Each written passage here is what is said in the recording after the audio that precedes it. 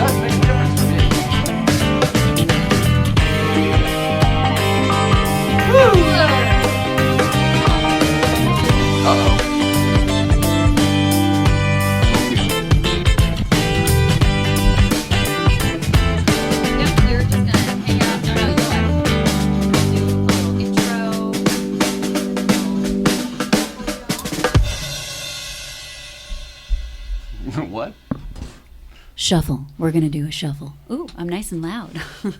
Yeah, it's all new in the board there. You got all the new channels. We're all finally finished with our rewiring that we started months ago. I have buttons to press. Actually, they're not really buttons. They're more of shifters. Where are you? Where the hell are you? I don't know. Hi. Oh, there you are. Yeah. Hi. Hi. Hey, wow. Good grief. Where did I go? This is good. We're here. And I didn't fix on any of my cameras today, so hi, everyone. No, we were hanging out in the green room with our guests. Yeah, we were having too much fun. How do I want this today? Let me make sure that I'm in the chat room here so that our satellite guest can chime in if he wants to, and make sure we're in the comments. We are as well. David Bird says, good evening, Jay and crew. Hello, David Bird. What's up, David? Surfer Girl says, hello, everyone. Hello, Surfer Girl. Good evening. Good evening to you at home. Bye, Surfer Girl. Tonight is Tuesday, March 24th, 2026. My name is Jay Ryan. You've tuned in the Late Night Playset. What is that? I don't know. It's focusing in here on some sort of a subject. Seems like we're celebrating 80s and 90s nostalgia lately. Seems like. We need it. Yeah, it's good. It's good for us. Oh, people with the gray in our hairs. Anyway, tonight we're going back in time. It's time to load in the plutonium, fire up the DeLorean. We're going back in time. We'll be talking about DeLorean time machines, building them, restoring them, what makes people get into them in the first place and then feel nutty enough that they want to own one, build one and own one.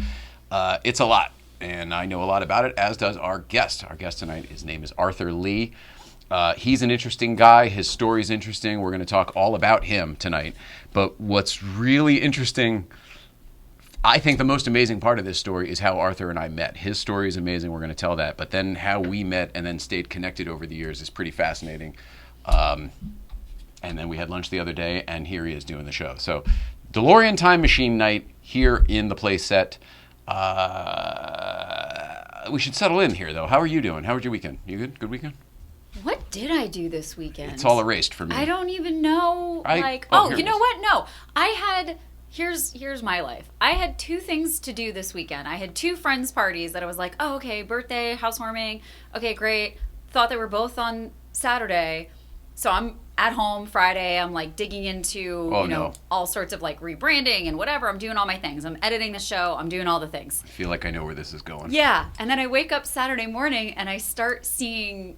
What a great time we had last night. Yes. And I was like, been there. What? Been there. What? You slept through the party, making plans for the party. Yeah. And I was like preparing. I was doing all the things Friday to do, because you texted me and you're like, oh, do we have plans? And I was like, no, I'm like in my hole of doing things. I vaguely thought we might have had plans to watch a movie that night. Turns out you had like triple book plans.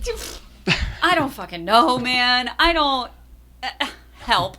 So that was my weekend of like, what did I do? What did you do? And then I just don't even know what I did the rest of the weekend. Yeah, same here. You? Same here. Well, last week was so great, right? We had it felt like every project that was going had so much positive momentum and forward progress, and just like things were happening and everybody was pulling, and I was like really positive, right? And then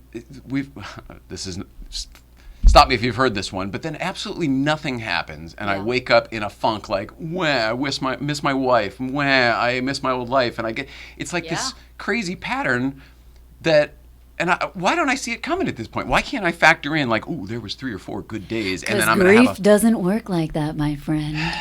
It just doesn't. It's gonna, and that's not just for grieving when you lose someone. It's also grieving an old life, our industry, like a past relationship, a past version of yourself, a different body that you had, like that. It's just, that's how grief works. And it doesn't have to be a death of someone to go through those phases, because I don't think you're alone in that. I think a lot of people, especially given the TV and film industry of the last few years, I think a lot of people have been experiencing that, where you're like, okay, everything's gonna be okay. It's a good day. I feel okay. And then boom, you wake up for no fucking reason, and you're like, everything is the worst. Yeah. And, you know, luckily the waves are getting shallower, or however you would say that. Alan Miller says hello. Hi, Jay. Alan Miller here. Hi, Alan Miller. I don't know, would you call them wave sets? Yeah. I'm trying to use a surfing analogy, and I'm not a surfer, so it's coming up short. Yeah, no, I think waves is exactly what it is. And then so, like, it's not as debilitating, you know, when it knocks me out now, because I think maybe there's so many other things going on, and I can't drop the balls that are you know, in play right now and stuff. So maybe it's forcing me to. Yeah. I don't know. There was things going on last year which, like, it's hard to describe. Your baseline is different. Yes. It's what your tolerance level is different, what you're able to tolerate, and also the severity of the grief changes because you've learned to live with it a little bit more. I know you didn't want to hear that, but it's true. It makes sense. It's true. We get conditioned to a certain way of being, and our baseline is always changing. So your baseline for what felt super intense may have been, you know, down here. Yeah. But now, because you've had so much of it, maybe it's up here now. So you're like, okay, I've felt this before. This is familiar. I know I can move through this. I know this is a wave. Yeah, there's all that. There is all that. Also, I think I'm just in a different place. Yeah. I think no matter how badly I wanted my brain to spool up last year, it wasn't. It was too soon. It wasn't possible. And I am only realizing that in the last couple months now, when things are like, you know, I'm actually able to kind of follow through on things, and you know what I mean, like I have the mental space, the acuity that I didn't have last year. People don't realize that when you are experiencing grief, it's almost like a concussion in your brain. Like things get, and this is something that I didn't realize until Nicole passed away, the things that were happening in my brain and like the short circuits that were happening, I could have never expected. And then last year when I was rear-ended and I had a really bad concussion for months and months and months, I was able to really, I mean, I noticed it when I was going through it with Nicole, and especially as like I was like my brain was healing from that. But the trauma of losing her, yeah, like your brain changes when you lose someone, and when you are grieving someone, there is absolutely this short circuiting that happens, and your brain just can't function in the same way. And I don't think we talk about that enough. But it well, was I wish somebody similar told to me. A concussion. Everyone said to be. Not everyone, but I mean, for the most part, people told me to be gentle with myself and give myself grace. But, you know, that only goes so far. Yeah, you know, and the sometimes calendar, that feels vague. Like, what is that? What do you mean? The pages keep flying off the calendar, and you're like, well, wait a second. Grace again? Yeah, and then I told you, like, you know, I feel like I lost the whole year after Nicole died. Like, I don't know where that went. I thought it was, I know it's been a year and a half, but it feels like 6 months that I've been starting to slowly put myself back together. Time also, especially since the pandemic, has been like, what the fuck is time? There's that too. What the fuck is time? There is that too. Let's see. Server go, hello, Jay and Ariel. Yes, hello to you. What's up? I'm sorry. I said I would stay up with the comments, and there's a whole mess here. Let me just dump through these real quick. Yeah. Jason Music, high class. Hi, Alan Miller here. Love the show. Hello to you again. Thank you. And the love to Jay. Thank you. Oh, Justin. Hello, Justin. Miss you, Justin. We got to get you in here, you and your lovely bride. Justin Scard, to those at home. Oh. Surfer Girl, hello, Justin Scard. Oh, so this may just be people chatting in the Howdy Jay and crew. Hello, sir. This is hilarious. Everyone's just saying hello in the chat. Well, I'm going to get to all of you. Trace says hello. Surfer Girl, Justin, I'm a Patreon member of yours. I love this. We need to get Patreon, so. Yeah. Hey, Justin Scard. Ariel, hello, everyone. Welcome. That's you. That's you can't fool me. Back to the Future. Great Scott. Did I get that right? Oh, good Scott. Good Scott. Not great. It's Joe Huth from the Knight Rider. It's from Knight Rider Historians. Back to the Future is not his bag, although he does love it too. We're all the same age. Howdy, everyone. Hello, Justin. David Byrd, to everyone else, I finally met David Byrd in person because he showed up to the Adam the Woo Memorial. That's right. And he caught me right when I was getting out of Yellow Car. So Cute. He knew it was me. Undeniable. But he said, hey, I'm David Byrd. So great. Yay, Danny Botkin's here. Exactly, buddy. We were talking about you at lunch just the other day. Oh, that's fun. Also, we need your help because Arthur's car is overheating and we can't figure out why. Oh, no! Yeah, so we need your help. I told him you had all sorts of tricks you did in the old days to our car that kept it running cool all the time. So give Arthur a call, and a car if you got one. Give Arthur a call and give me a car. Yeah, and like give to make me another cash. time machine. Yeah, since we're making Call requests. car cash. I mean, if we're making requests here. Sounds like one of those 800 numbers or a charity. 1-800 Call for cars for kids. Oh, that's what it is. That's what it is. 1-877 cars for kids. That's it. Justin Scard's watching. Justin, are you still on your trip? Grief is a recurrent happening. Oh, I don't like that answer at all. Yeah, well. Fine. I mean, listen, you're not always going to like it, but life is life, and grief is grief. I got to change the batteries in that clock. It stopped working. It's 5:13. I've just been blathering on. Did I tell you it's Tuesday, March 24th? Did we do that? Nope, didn't do it. Tonight is Are you sure? Yeah, I'm pretty sure. All right. You asked me about my weekend before. Arthur, did I do this already? I feel like... I think I did. Who knows? Tonight I at least heard Tuesday. Look, everybody, it's still Tuesday, March 24th, 2026. It's only moments later. It's 5, almost 14 in the p.m. I sound like a radio DJ. Doing the time and the weather on the 15s. I mean... Coming up next, we've got Hootie and the Blowfish at the top of the hour. I only want to be with you. I'm doing the Stevie Wonder voice. But that was the right song. Yeah. That was I only want to be with you. Yeah. He did a little bit of the Stevie voice too. In that song. Yeah. In that song. I only want to be with you.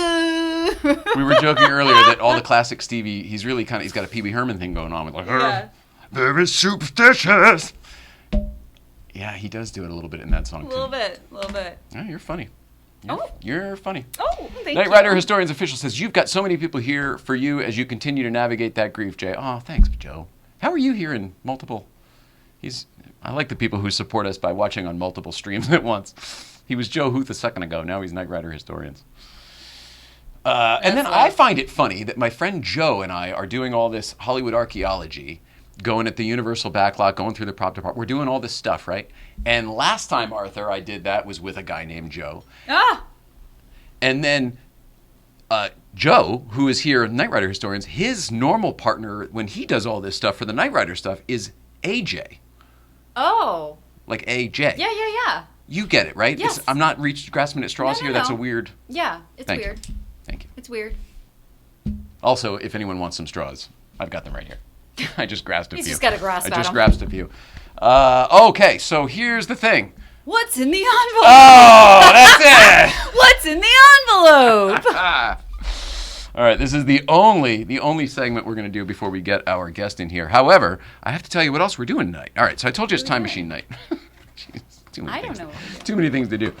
You know, this time last night, there wasn't even a show. We had something else planned, then we had somebody reschedule, then Arthur became available. Like, this all just happened. Okay. Can I get this? Oh, look at this. Okay. What's it called? What are we doing? What's in the box? But it's actually an envelope. Yes, thank you very much.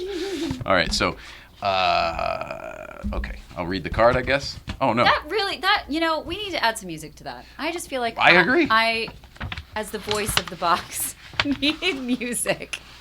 Voice of the box. Okay, so... Oh, no. Aunt Barb coming up, huh? Here we go. Jay, thank you for including us on your adventures with the little yellow car. I hope you enjoy these prints. Best regards, Jim. Please feel free to share. My Instagram is JMP992C4S.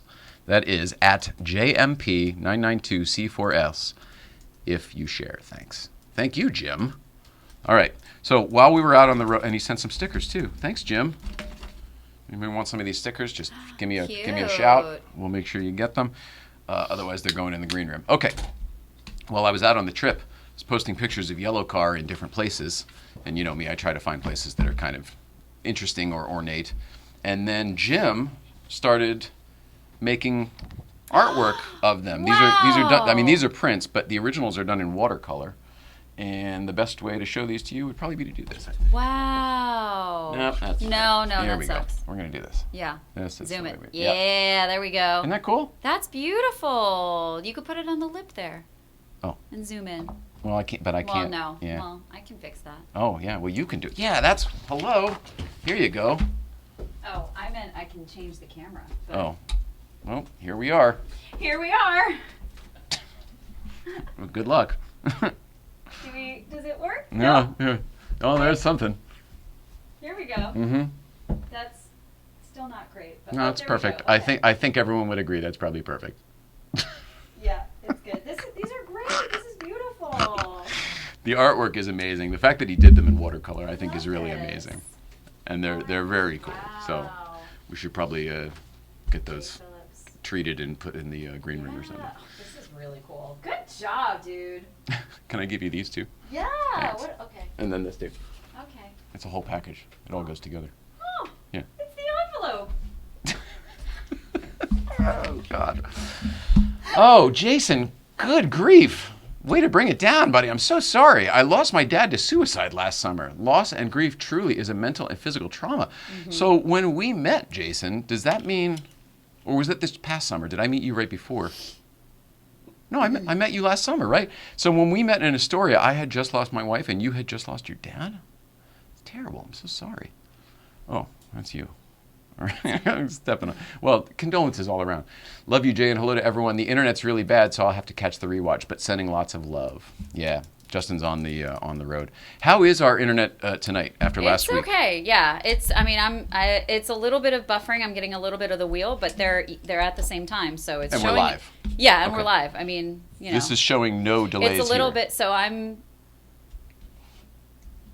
Yeah. Okay. Well, I'm sitting down, so I think. Good. Yeah. It seems pretty good. It seems pretty good. Okay. I don't know if I've gotten up to the desk yet. That's what I'm watching the feeds for to see Oh. if I went up to the desk yet. Yeah, I don't care if there's a delay as long as it's still going Yeah, out no, live. it's going. Like and they're at the same time, so we're good. We're good, everyone. All right, so here's the other thing that may or may not be happening tonight. We're trying. Oh, good Lord. Yes. I'm going to pop a zit on my chin in little 3, chin- 2, 1. Chin wag. Good grief. What was that all about? We're going to try something tonight, and it may or may not be occurring. We have someone live at the Petersen Museum right now. Our friend Steve 3. You probably know him from the Blockbuster Year show. He's never actually been on Playset, but he's here tonight, and he's over there at the prop store auction. So if Steve has internet, there's a few factors here. If he has internet on his phone, depending on where you are in the Petersen, sometimes that can get a little splotchy. That's not the right word, is it? Splotchy? Splotchy. Splotchy Yeah. internet? Yeah, it is. The YouTube. It is. Spotty. It's a choppy. Yeah, it's a little choppy. It's like the Oh, it is? Facebook. The Facebook looks like it's smoother, but YouTube keeps going. Brr, brr. So that tells me again that it's a YouTube issue then, interface. I think so, Because because- we're good here. I rebooted the Oh, router and everything no. before the show. No? Facebook had a little. Really? And then it's catching up, but it is glitchy. That's I'm annoying. Listen, this is we're spinning plates here. We're doing 3 things at once at all times, things. and I am now going to do a speed test for the internet Ooh. to see how we are here. Oh, we're flying on the internet. 400 and 500, we're flying on the internet. Although that's the download. The upload could be shit. Let's see what the upload is. Oh yeah, a lot of people coming in now. Ugh. Or is this you? Yes, the live stream is pretty choppy on YouTube and Facebook. God, I'm Shit. sorry, y'all. Uh-oh. What a bitch. Well, I can tell you this. There was a iOS update for all this stuff today, Oh. and I didn't do it because every time I do it, I screw us up. Every iOS So I didn't do update it. recently has been so bad Agreed. and screwing everything up. Like, Apple, stop. Get it together before you have us do the updates. Don't you test things? Jesus. So that was the thing. In the old days, Apple products just worked. Remember that? Yeah, that was their now they thing. don't. They claim that they just worked. That was the advantage. Every don't upgrade agree with that breaks anymore. it even more. I agree with And that. adds weird automations. Like, when I'm taking notes in my notes and when I'm doing, like, my consent calls, I'm typing what people are saying. So I'm moving real quick, and it's doing all these weird auto whatever. We're going deep on our list of complaints here. We're going deep, Apple. I got a problem with you. 500 down, but it's only like 10 up, and then down. Shit. And then it's only 10 up, so that could be our issue. So who wants to come and work tech support for us? Well, it's happening. At least the show's going out. Yes. And if there's any issues, we can always re-upload later, but obviously stay in the chat. Okay, so did I say? Steve 3 is live at the Petersen Museum all night. He may or may not be able to join us. We'll see what happens. If so, there's a live prop store auction preview going on, so there may be some cool stuff to look at. Also, I don't know where he'll be, but maybe he'll give us a glimpse of the old 8 car, which Arthur and I know pretty well. So, cool. With that, can I move on here and bring in Arthur? I keep looking at a clock that doesn't work. On. I'm sorry that I'm speaking a mile a minute. I feel the need to hurry us along. We're good. We're at 5:22. Yeah. So we're okay. Damn. Take a deep Holy shit. Now it just did what's in the box. So it's the same thing as last week, where it's like. And then it's not us because I 15 rebooted minutes everything behind. and it shows good here. Yeah. So All anyway. right. We'll investigate. Yep. Maybe it's our channel. People don't want us, Arthur, talking about the time machine tonight. Ooh. What could that be? Controversy. Getting hacked. Yeah. But we got people in the room, so, we're up in the chat. We're still here. Should we just bring him in, or do I press the hot sauce button? What do we do? Press the hot sauce button. No, let's bring him in.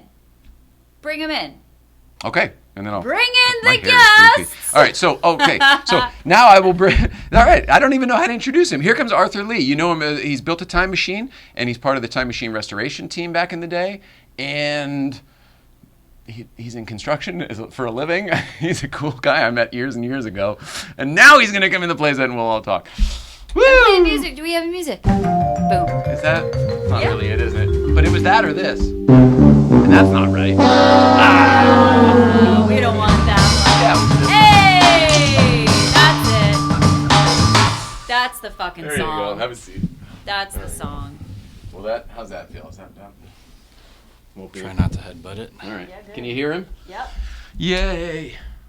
I think I took his water and made my coffee out of it. Sorry. I'm good with the Coke. Sorry. Okay. All right. Good. And have you drank out of that water too? Nope. Oh, well then there you go. But then I don't have water. Did you get rid of the water? What happened to the water? Well, I usually have Did a you water dump and a it? coffee, and I thought that you didn't know that. I thought that you no, did I know two you, waters. but the coffee wasn't made, so You were so excited about this. I was know. so excited 15 about minutes ago. it. Yes, it doesn't matter. I'll get another water. It doesn't. Thanks. This is hilarious. Welcome to another Not a Show. All right. Bring you up here, get a little light going.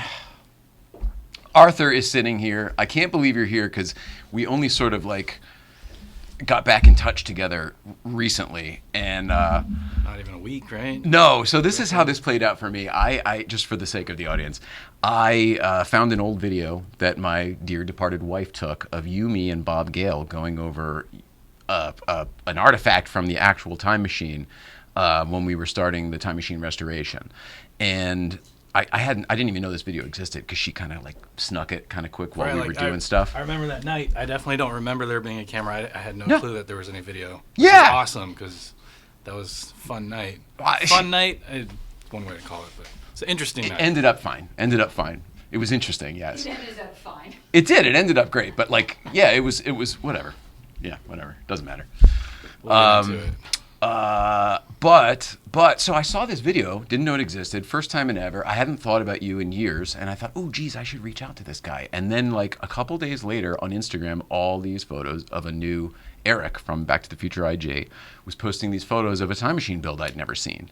And I was like, this, and I was noticing details and things that I would do on my time machine, things that people don't do, things that people don't notice. Things that only 5 other people would notice, right? Yes. Yeah. Everyone else is like, what are you talking about? Yes. And I'm clicking through and I see who the car belongs to, and it's this guy. And I go, that's meant to be. So I just reached out, sent him a message. We hadn't talked in 10 years or so. We were trying to figure it out. And he was amenable. We went and had lunch at Bob's Big Boy, had a great old lunch, and now here he is on the show. That's our history. I think how we met. Let's see. All right, I laid this out on the card. Do you mind if I? That's our may really I? recent history. Oh, of course. Well, I want to start with you. Why Back to the Future? When did you see it? Why is it special to you? Why is it special? Well, who knows, right? As a kid, I never got to see it in theaters. It was all VHS. My dad worked in the studio, so he always brought bootleg VHSs. So it wasn't even crispy clean. So the only anticipation I got was, oh, when can we get the next one, the next tape? And I do remember part 3 the video hadn't come out yet. Mm-hmm. So I got a little bit of the buildup of actually having to wait for it. But I just was obsessed with it as a kid. That's all I wanted to do was just watch it on repeat. My best friend Arturo, who I'm still friends with, he was obsessed with it, but I honestly feel like it was just by default, because if he was hanging out with me, we were watching Back to the Future. And so he's watched it as many times as I have, but I feel like I kind of forced it on him, you know? I do. I think that was a lot of us. Right. But then I do recall that at some point I'd watched it so many times that I found myself just fast forwarding to the time machine scenes. So to answer your question, I mean, I think as much as the acting was awesome and the story was awesome, the car, just that is what I was really obsessed with. At some point, I would just I just knew when to stop, and I would just Did you loved have watching it on screen. the courtesy of or like owned by across the screen the whole time? Were those No, your versions? Oh, okay. Not so. I feel like they were true. I feel like he and his friends, they would just like come up with them. You know, they weren't officially. It's not a Yeah, screener. yeah. It was just Right. They would so just get them. Yeah. we're gonna bury well, I guess a little out of order here. Your dad worked in the industry, Right. and even at Universal Studios. So Yeah. that was very, very convenient for someone getting a pass-around copy, Mm-hmm. but also access to the lot. Lots of access to the lot. Do we skip to that part, or is it not time yet? Do it. Skip it. No, I don't want to know. Ask me. I don't know. I don't know what you got on your Bounce cards around. here. Well, so, okay, you and I are the same. It wasn't about Michael J. Fox. It wasn't about Chris Lloyd. It was about the car for me. I hate They're to all say good and that, great. right? They were, and like they were probably the reason why we loved it too, for sure. Yes. But at some point, they kind of took a back seat, and the car was a star for me that I just couldn't get enough of. Same. It was, yeah. It was the focal point. But I mean, of course, like there's so much love for Marty and Doc too, right? Like to say that they weren't like, it's hard. I heard Arthur hates Christopher Lloyd. That's what You I know, heard. he's- Like, Yeah, he's just so 100%. quiet. Yeah. He's so quiet and awkward. So nice. He's a weird guy. No, I totally hear you. So I guess maybe that's a similar thing for me. I wasn't straight up obsessed with the movie. I was obsessed with the car from the movie. And then later on in life, sort of the appreciation for the movie grew. Right. The And I think characters as and the I whole grew thing. as a person, I think I knew what the story was, but I missed all that development and everything. I Sure. wasn't very developed. Right. As a kid, part 3, of course, was like the boring one, right? But part 3, I hated Steenburgen. I hated Yeah, me Clara. too. I hated She her 'cause ruined the story. Right. She's like, I want Doc back with Marty. Yeah. And now as an adult, I love that he found love, Yeah. right? He was this lonely old scientist, but as a kid, she ruined it. Yeah, no, I agree. That and killing the time machine at the end. Right. Those were the That two. was I like, left I blame that on her, even handprints though in that theater when the train hit the car. 'Cause I was like, what? And then I kept thinking, oh, well, it'll come back somehow. They can't just end this way. And then they did. They just ended that way. You can have both love and the car. I mean, they brought it back in the cartoon somehow, just miraculously. Yeah, and the ride, reappeared, too. right? And the Yeah. ride. Because that's the better ending. Okay, so now maybe we skip to how old when you're on the lot with your dad? See, I want to say it was like late 80s to early 90s, so Uh-huh. probably maybe like between like 9 and 15. But somehow, like right Something after they roughly like shot that. part 3, basically. It had, I want to say because 89 would have been when part 3 came out, right? 90. Or 90? Yeah. But they So, would have yeah. shot both in 89. And it would have come out in 90. Yeah, I can't remember exactly. Maybe it's more just like early, like 92, 93, 94. And you're on the Universal backlot with your dad, which back then was a lot different than it is now. It's very sterilized now. Way it used less to be security, right? Yeah, but it also just used to be littered with Hollywood history. There were cars from every TV show you can imagine back in the day just lying back there. Yeah. Just rotting. And the Right. years, Let's the years, just by the roll way, on. were 85 was the first one, 89 was the second one, and 90 was the third. Yeah, but they shot At least. 2 and 3. Yeah, I think so. Yeah, they Consecutively showed those at the together. same time, yeah. Yeah. Well, one right after the other. Yeah. Everyone always says Well, concurrent. back- It was, but they were consecutive. Yeah. Yeah. So with that, you're on the. And by the way, this is not some sort of expose like whodunit story. Like Bob Gale is very aware of the story you're about to tell, as is the entire Back to the Future universe. So it's not one of those like. I don't know. It's not a gotcha. Cops waiting around the corner. Right. My Letterman microphone story is way worse than his is about to be. So, So you're on the back lot with your dad.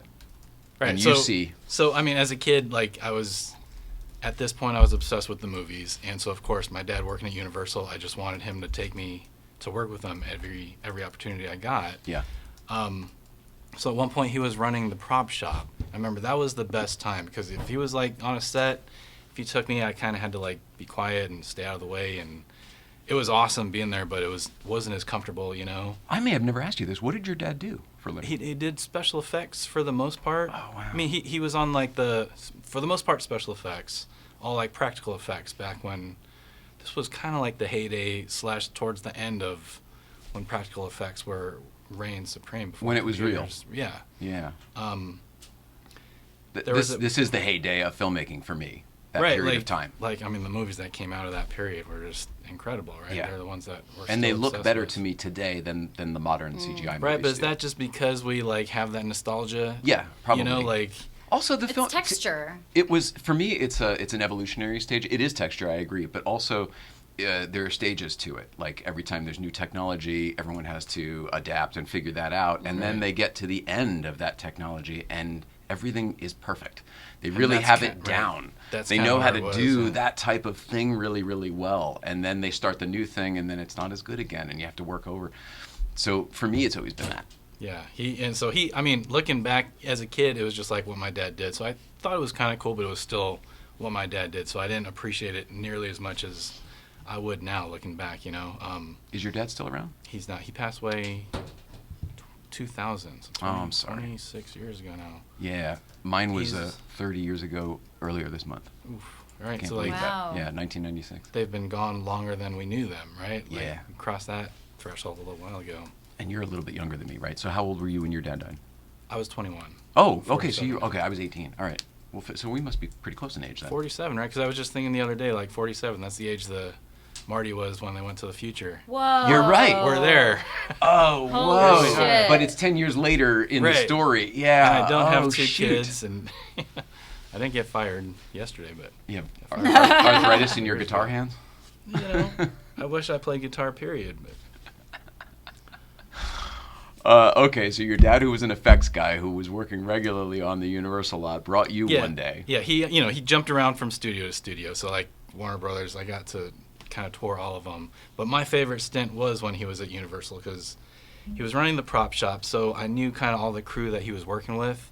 And it was just fun, you know, like you'd walk in, there was like the breakaway glass section and the casting and molding section. They had guns lining the wall. I would like, Play with every time I would like walk away with 2 or 3 of them, they'd give me some bottles to break, you know, it was just stupid shit. But as a kid, I was like, oh, this is great.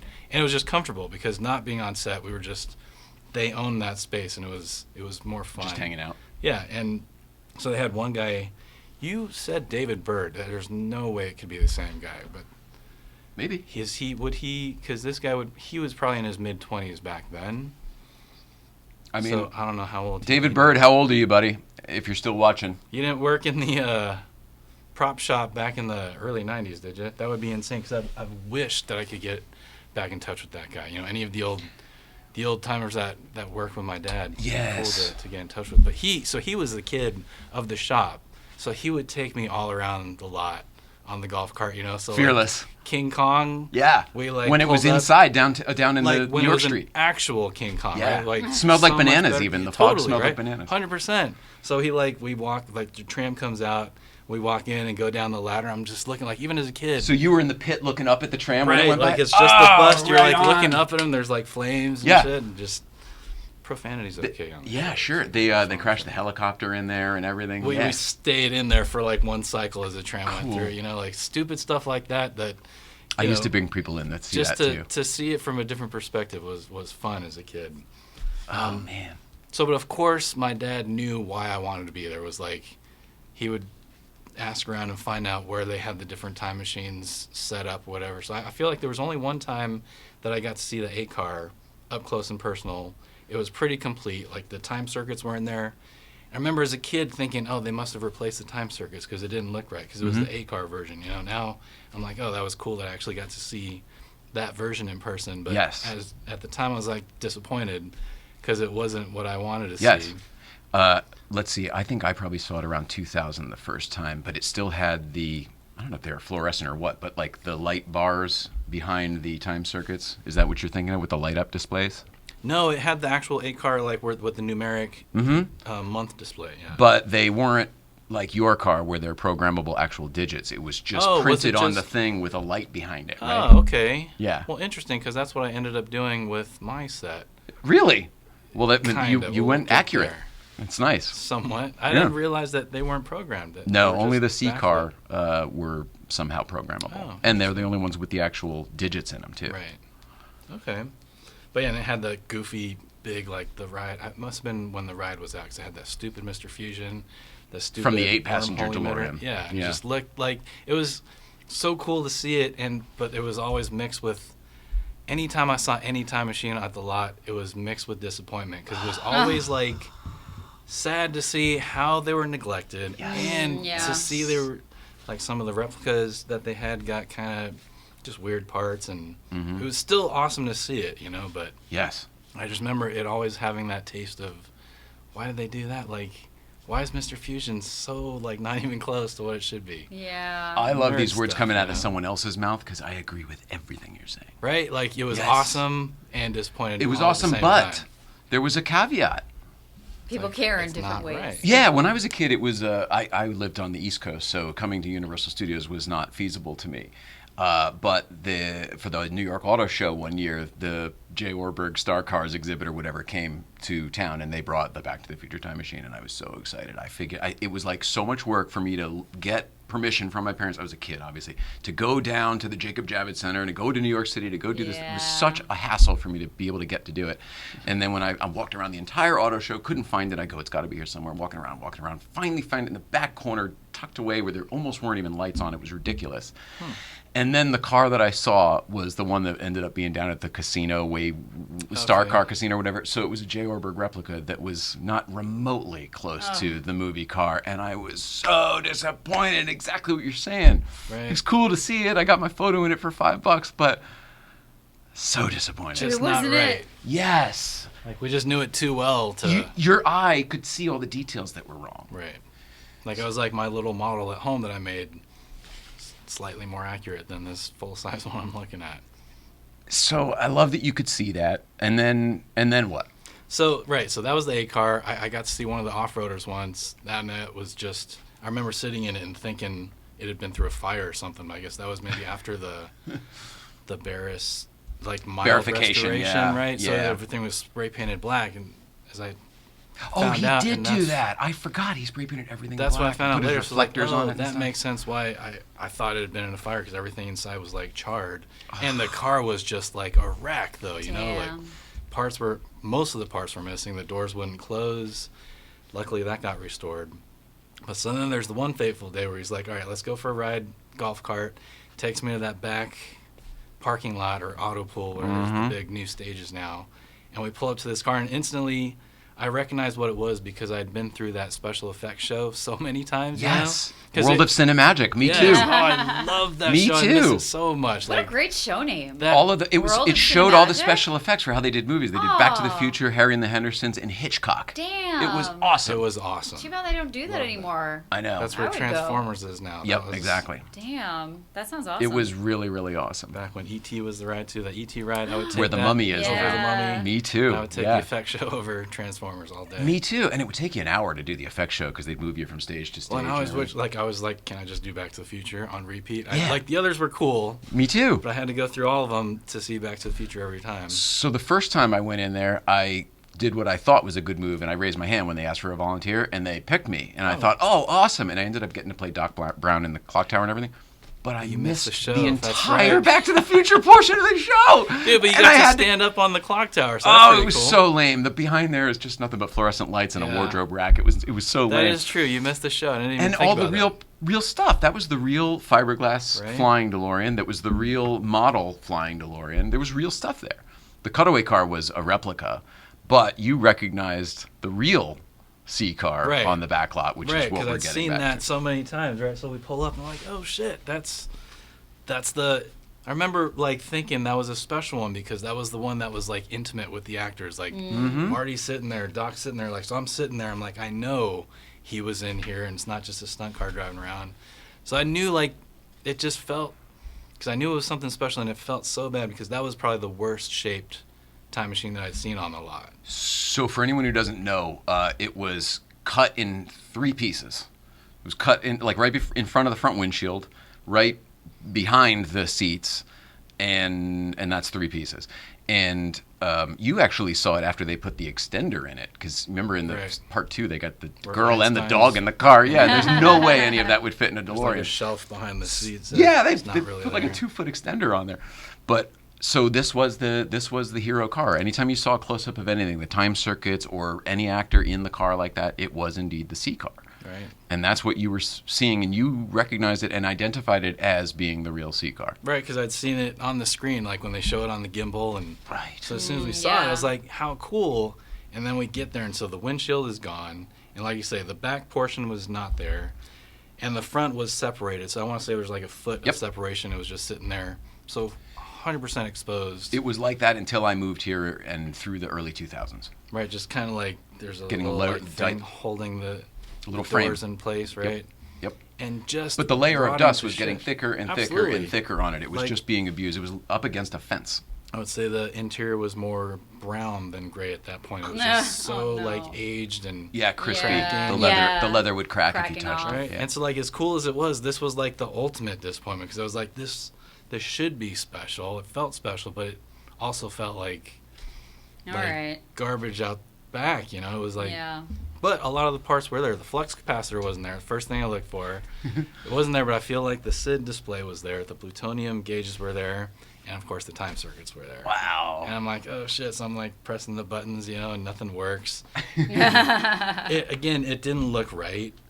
So I was thinking again, it's just like another replacement or something because there's no month. There was just these lights back there. Yep. There was no faceplates, which I didn't realize that the faceplates were a thing. So again, I was just kind of thinking it was a replacement thing that they threw in there. So I'm playing Back to the Future, whatever. My dad's like, all right, come on, it's time to go. I'm like, Dad, can we take this time circuits? And he looks at me, he's like, no, of course not. Get out of here. It's time to go to lunch. Let's go. So I'm like, all right, played a little more Back to the Future, get on the golf cart, and we go to lunch. Probably to, catty corner from Bob's Big Boy. That place, it's now like a fresh... Like right here? Green or something. Where we just were. Yeah, it is. Like Tender Greens or something like that? It's like a health place or something, right? You know what it used to be, that hot dog stand or like hot dog shack? No. Dude, the place was awesome, man. Okay. They had fat fries, great. There was a Boston Market over there when I moved here. It was a long time ago. This is even before that. Yeah. Wow. Okay. Even before that time. Okay. I loved so every time I went to work with my dad, we go there for lunch. So we went there for lunch, come back. It's like probably winding down towards the end of the day. He's like, let's go for another ride in the golf cart. So we're cruising, and I'm like, oh, we're going to the motor pool again. He's going to give me another shot to play with the C car. Cool. So I'm like stoked enough that we're just going to get to see the car again because I don't know when the next time is going to be. So we pull up, I get out, and I'm like, what's happening? He's like, he pulls the blankets up. He's like, there's a set of tools. He's like, get to it. So what do you mean? Take the fucking time circuits out, be quick, and let's get out of here. Damn. So I'm like, oh shit. So I got my screwdriver, and I'm in there, and I was going to say, did it even require tools, or could you just kind of pry it out? I remember it wasn't exactly easy. Okay. Because, like, you couldn't, as, like, a replica builder, like, the screws that are by the binnacle, they're hard to get to, and we didn't have a short one, so I remember those were a bitch to get to. I couldn't get the drill in there, could barely get the screwdriver in. And they had, like, metal clamped onto the center console, so when it screwed in, it was actually secure. Mm-hmm.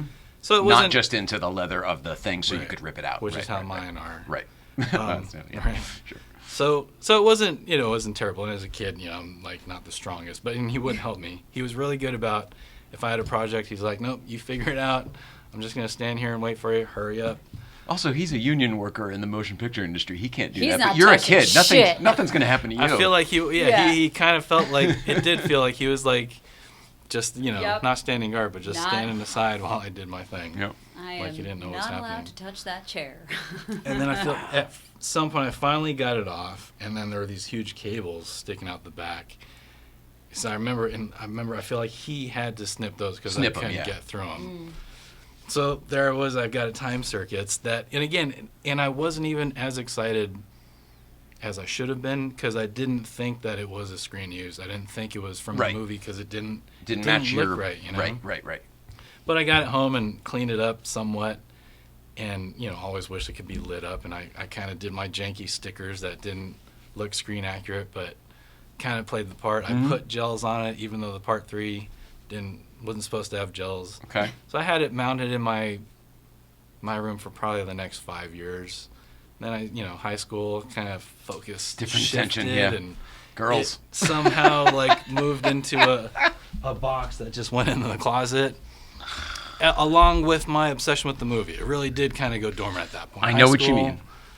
Smoking funny things and smoking funny things. Yeah, that's right. Not watching Back to the Future anymore. And I want to say that pretty much ended my that closed that chapter with Back to the Future. So, and it would have been in the 90s, 95, 94? Call it 95. Okay. And then, let's see, we built our car in 2007. I feel like I met you shortly thereafter, so I would say maybe 08, 09? I want to say it had to be because I graduated college in 09. Okay. And I was there with my girlfriend at the time, also named Nicole. Oh, wild. Aww. So that should have been 2010 when we were dating. 2010, okay.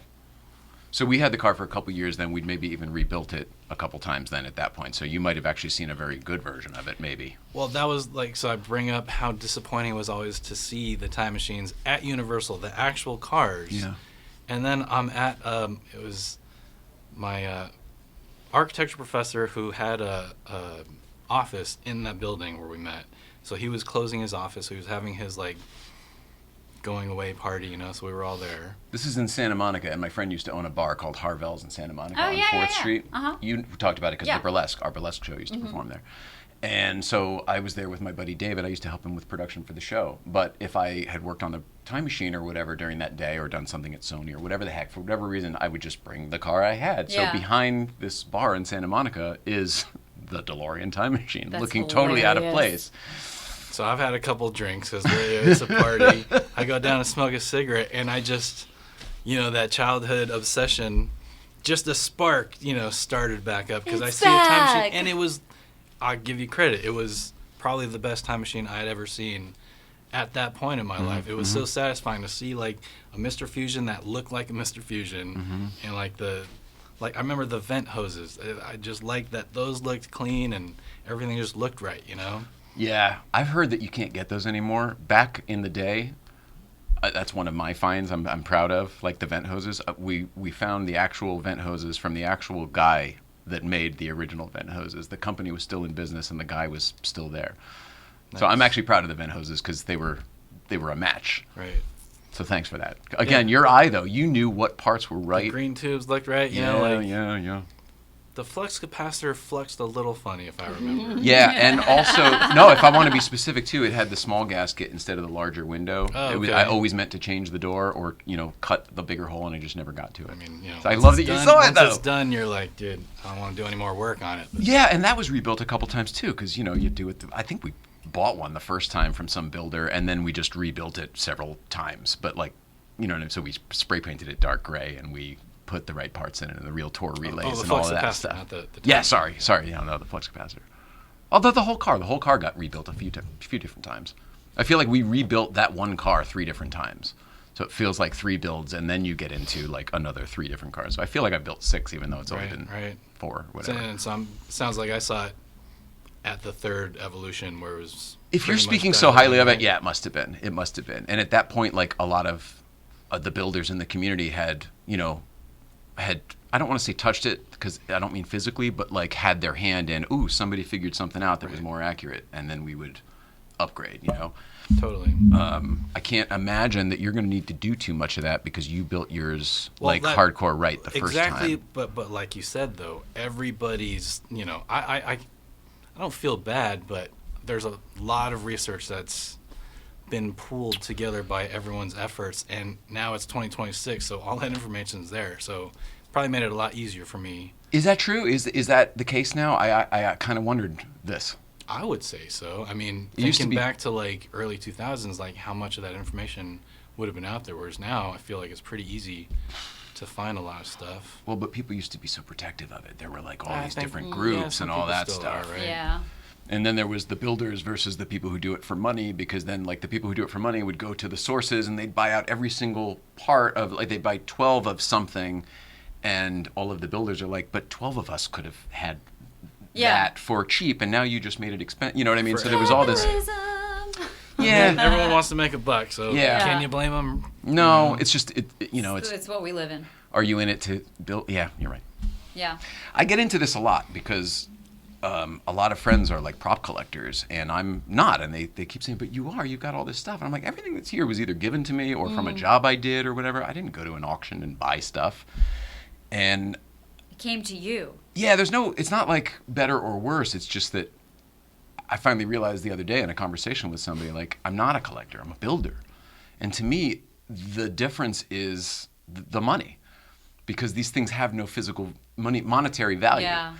I could just build another one in my mind, or a time machine or whatever. And then it gets changed. People sell it at an auction or whatever, and then there's a value assigned, and then the builders are like, oh, but it should And be it's priceless. just There shouldn't be a insane, money right? Though, number. like, Yes. and they're all pieces of shit. That's the reality. $250,000 pieces of shit. Yeah. 100%, right? But like being raised by my father, he built these things. So he was always like, Arthur, it's all crap. It's all like he It's saw like the all 8 this ball crap. I tried to use. Yes, from Ally McBeal, exactly. Yeah. So like even the time circuits, he was like, dude, look at it. It's a piece of junk. Like, what are you so excited about? It's just stupid keypad and janky housing that they threw together. And I'm just like, no, this is priceless, right? Yeah. Even though I didn't think that it was real. In his mind, he knows how it all works, right? Somebody had an idea, they drew it down. Now it's somebody else's job to go make that in physical form. Mm-hmm. There's nothing's precious about it. It's all until movie all magic. of, we all fall in love until with that it, camera's Yeah. on it. Then all of a sudden it gets and it's magic. goldified. Yeah. It becomes Magic. Yeah. worth its weight in gold. Let's do a couple comments here. Let's see. Jason Music, Facebook and YouTube both keep offering. Sorry, buddy. and Sorry, that's guys. what a lot of this is. Something happened last week. We don't know why. I think Yeah. it's on YouTube side. But the good news is it seems like the replays are all fine. So. Yeah, the replays are good.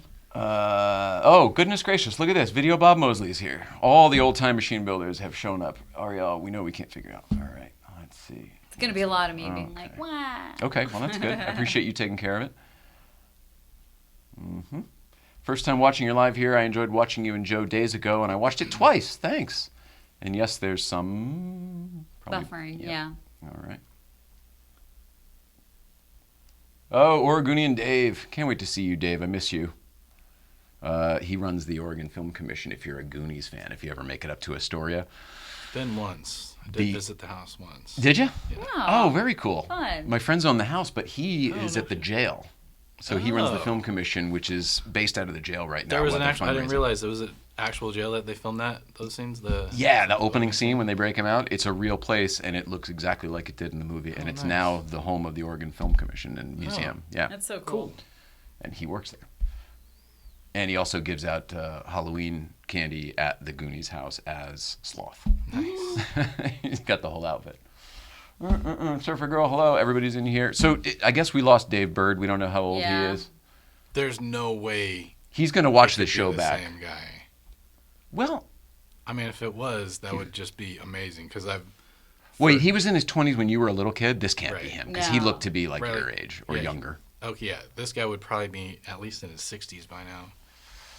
Yeah. 47 here too, says Tara Anderson. Yep. We all seem to be in that pocket of like we found these movies at a certain impressionable age. Surfer Girl, I remember 47. Oh, funny. That's We're gonna funny, be saying Surfer that, Girl. Right? In 10 years, we'll be like, yeah, 47 was great. That's good. Everybody tell me it's great because I'm not there yet. So I have a few more years. Not too many more years, but a handful. Kyle Watts says, "Hey-o." So you now are a kid who has these time circuits, and then you grow up and you put all this stuff away because that's what happens in life. And then you see the car behind the bar, as I like to say it, in Santa Monica, or the downstairs from your architecture party. Right. I want to say we went to smoke a cigarette. I'm just like geeking out over this beautiful looking time machine. So we go back upstairs, and I swear, I if I remember right, I was like, Nicole, we gotta go back downstairs. Like I just want to see it again. Let's go smoke another cigarette. And then you're there, and you're like about to leave. So and I probably smoked thank cigarettes God. back then too. Yeah. I'm guessing, especially at a bar. I don't remember if we No? smoked one together, Okay. but I do remember just like fanboying, like, dude, can I sit in your car? Which I hate, I don't hate letting people sit in the car, but I'm like, just don't ask. But of course people do. So, and I did. So sorry. No, don't be. thank But you. you want to know the funny part about all of this? Is I don't remember any of it. None Because of I it. did what Made you're a talking strong about impression. 1,000 times. Well, of course, Even in right. that parking is lot. true, Anytime it was there, I would do it, a dozen times a night. But what I do remember is that same night you told me the story that you just told here on the show about your childhood and the C car and the time circuits and stuff. And I do remember that I took that story with me thinking like, oh, I met this guy. And I told Joe about it when we were doing building his car or one of the cars, whatever. And I go, I met this guy. I don't know. It's probably not true, but you never know. You know how these stories go. Sure.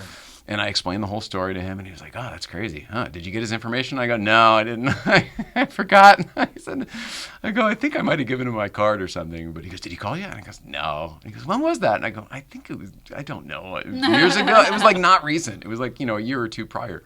Especially if it was 2010. I'm probably having this conversation we did the restoration in 12. So it could have been as much as 2 years later. Yeah.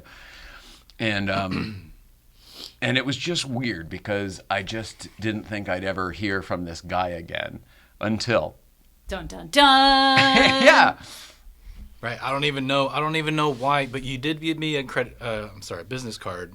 And I remember this was the first time I saw an actual working time circuits in your car. Yeah. So I was like, oh, and Programmable. Right. Everything lit up. It's what I always wanted to see on mine, Yep. And again, I didn't necessarily think, because did I program your birthday in there or anything? That was the move. That was the you move. probably let me, because you That's let me cute. sit in it. That's cute. So I was like, can we turn the flux capacitor on? And then I probably played with the time circuits. Because that was always like the move for somebody. Of course, right. Yeah. And I didn't know how big a fan you were and what an eye you had. I thought you were just a guy who loved the time machine just like everybody else. Yeah, no, I was loving it. An extra layer than like the typical. More than anybody else. Right. So I was like, oh, this guy could probably help me get my time circuits lit up. So I took your card, but for some reason I just put it away. And I don't even know how, but at some point it navigated to my work desk. I feel like at some point I remember opening my desk and cleaning stuff out, and I found your card. And at that point the obsession was still dormant, and I was not into props, so I didn't even understand value of like screen use props and all that. And I still didn't think that mine was screen used because it didn't look right, so I just thought it was just a cool, fun prop. It'd be cool to get it lit.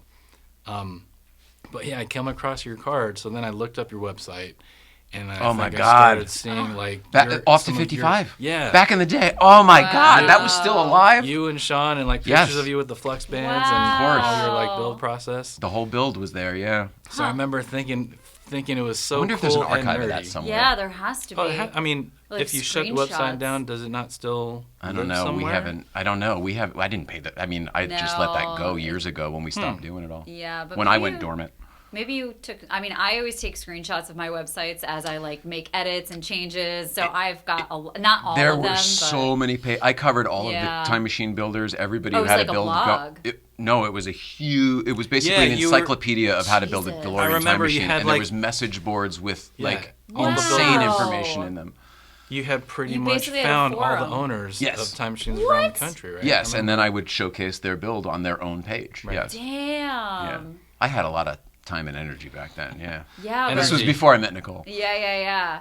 Oh man, what a. Before age started creeping in too, right? Those were all the above. Brain rot. Yeah. So you took the card and you reached out. Right. I loved that I was typing an email with the subject time circuits. I was like, so cool. So yeah, I reached out, and at that point I was not aware of the restoration. But it was brand new. I feel like we had just announced it because I remember responding back to you like, this is amazing.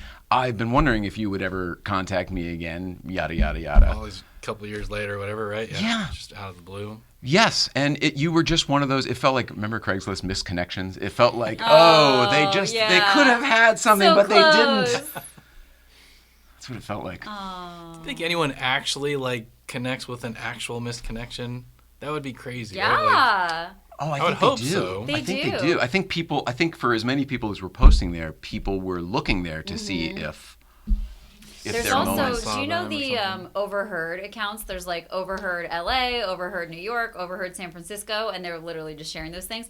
They do a missed connections. Like people will reach out to them, and people actually find each other through these different overheard accounts, and like then they'll share with permission screenshots of them like meeting and what happened and did they connect and did they vibe or not vibe. It's really so it's still, you know. So in answer to your question, Yeah. resounding yes. Yeah. They certainly do. I mean, I think it's Awesome. few and far between when that happens, but like, you know, let's get back to meeting each other in person. You know, missed connections, human connection. Well, yeah. We didn't need. Can't have sex Craigslist. without that human connection, and you're. Well, I don't even mean it for sex purposes. Just, you know, we're all behind our screens all the time. Which, thank you for being here. There's no camera on me, but thank you for being here. Thank you for being in front of a screen. Yeah, well, they are. You know, people are connecting in the chat, but then the important thing is like getting that offline. So, like to your point of missed connections, it's like, yeah, we have the internet, which is like so great for seeking that out, but ultimately, like we gotta see each other in person, and here you guys are in person. I wrapped it around. We're not on the internet. That You're not on the internet. Oh no. Well, Justin, he helped me with my fascias very recently. Didn't know the guy from Adam. I just saw that he had worked on his, so I just said, "Hey, I heard." I was going to tell you I loved the color of your fascias.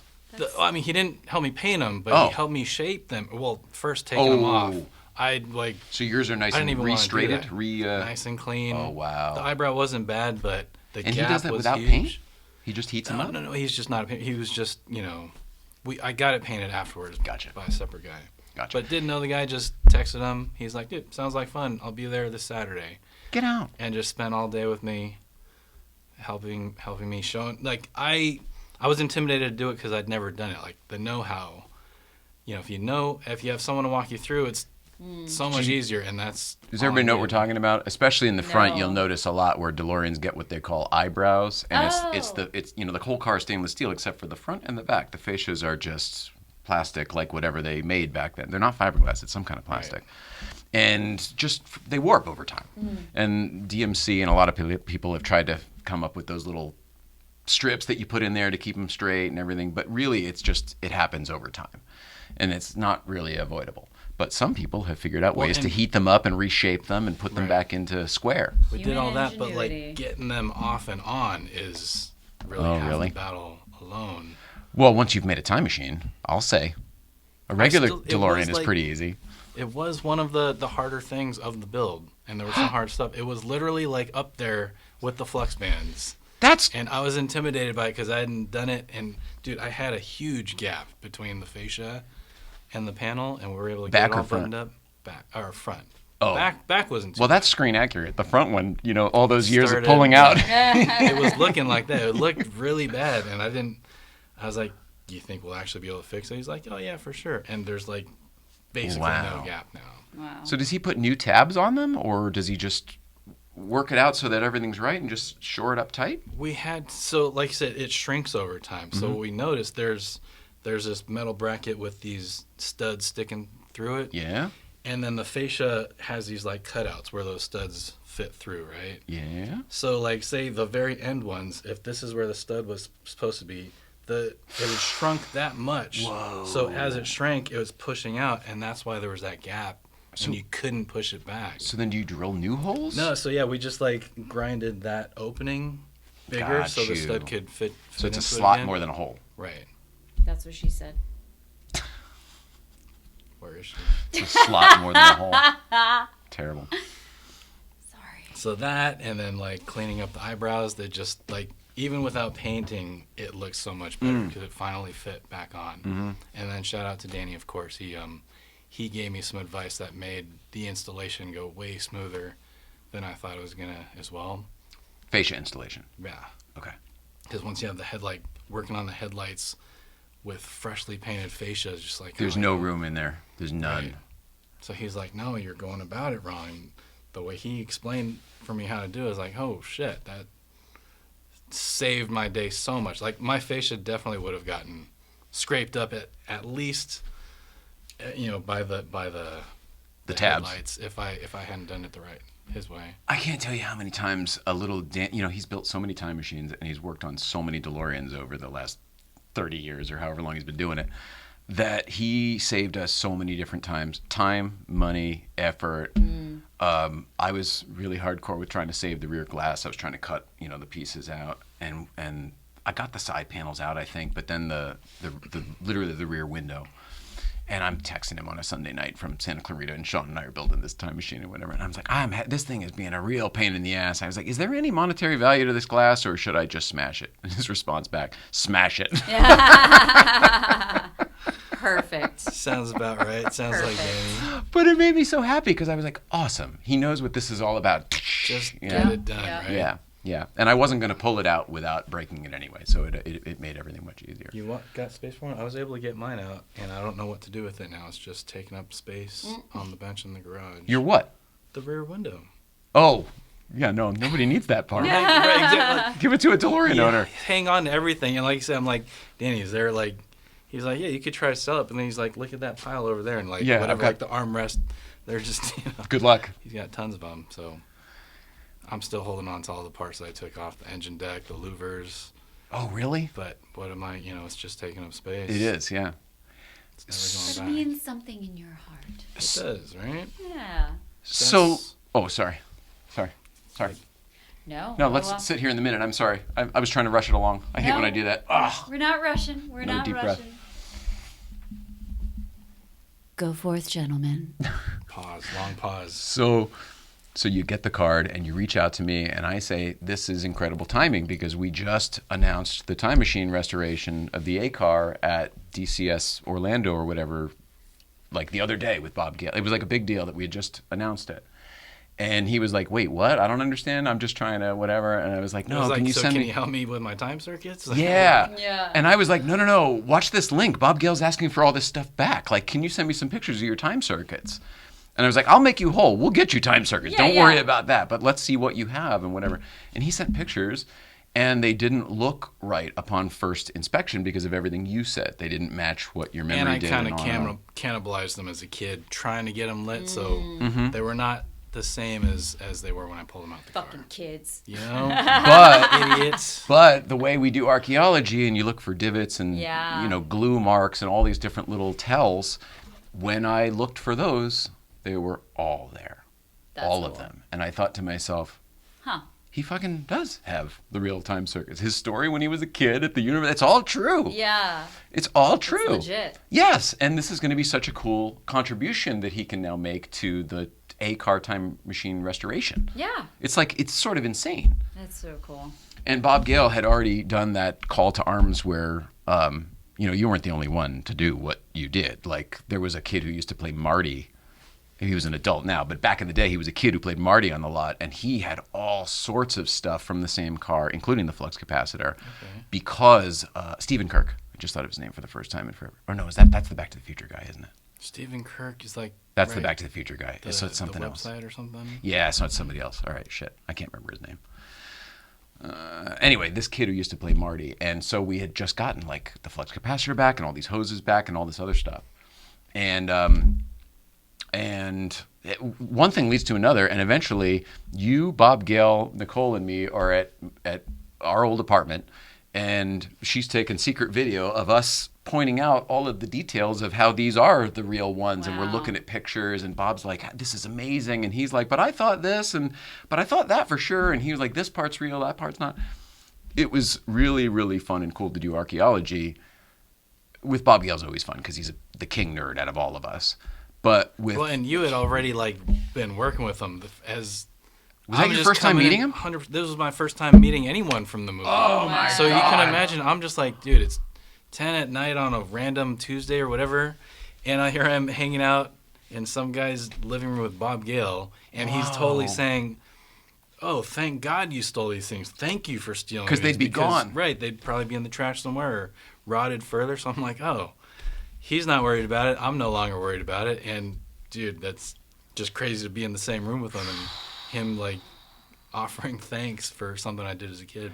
And on the same video was him signing a poster to you and everything poster, in appreciation for your contribution and everything. It was a very cool night.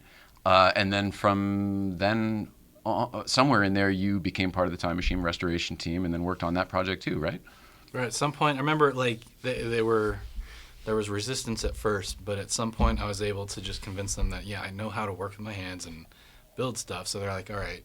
I want to say the first assignment he gave me like a bunch of metal panels, like the bulkhead panels to sand. Oh, man. So just like intro project, whatever. But at some point, once I got up to the car and then showed that I actually knew how to work with tools and could be helpful. Earned it. They kind of, right? Yeah. they pulled me back in.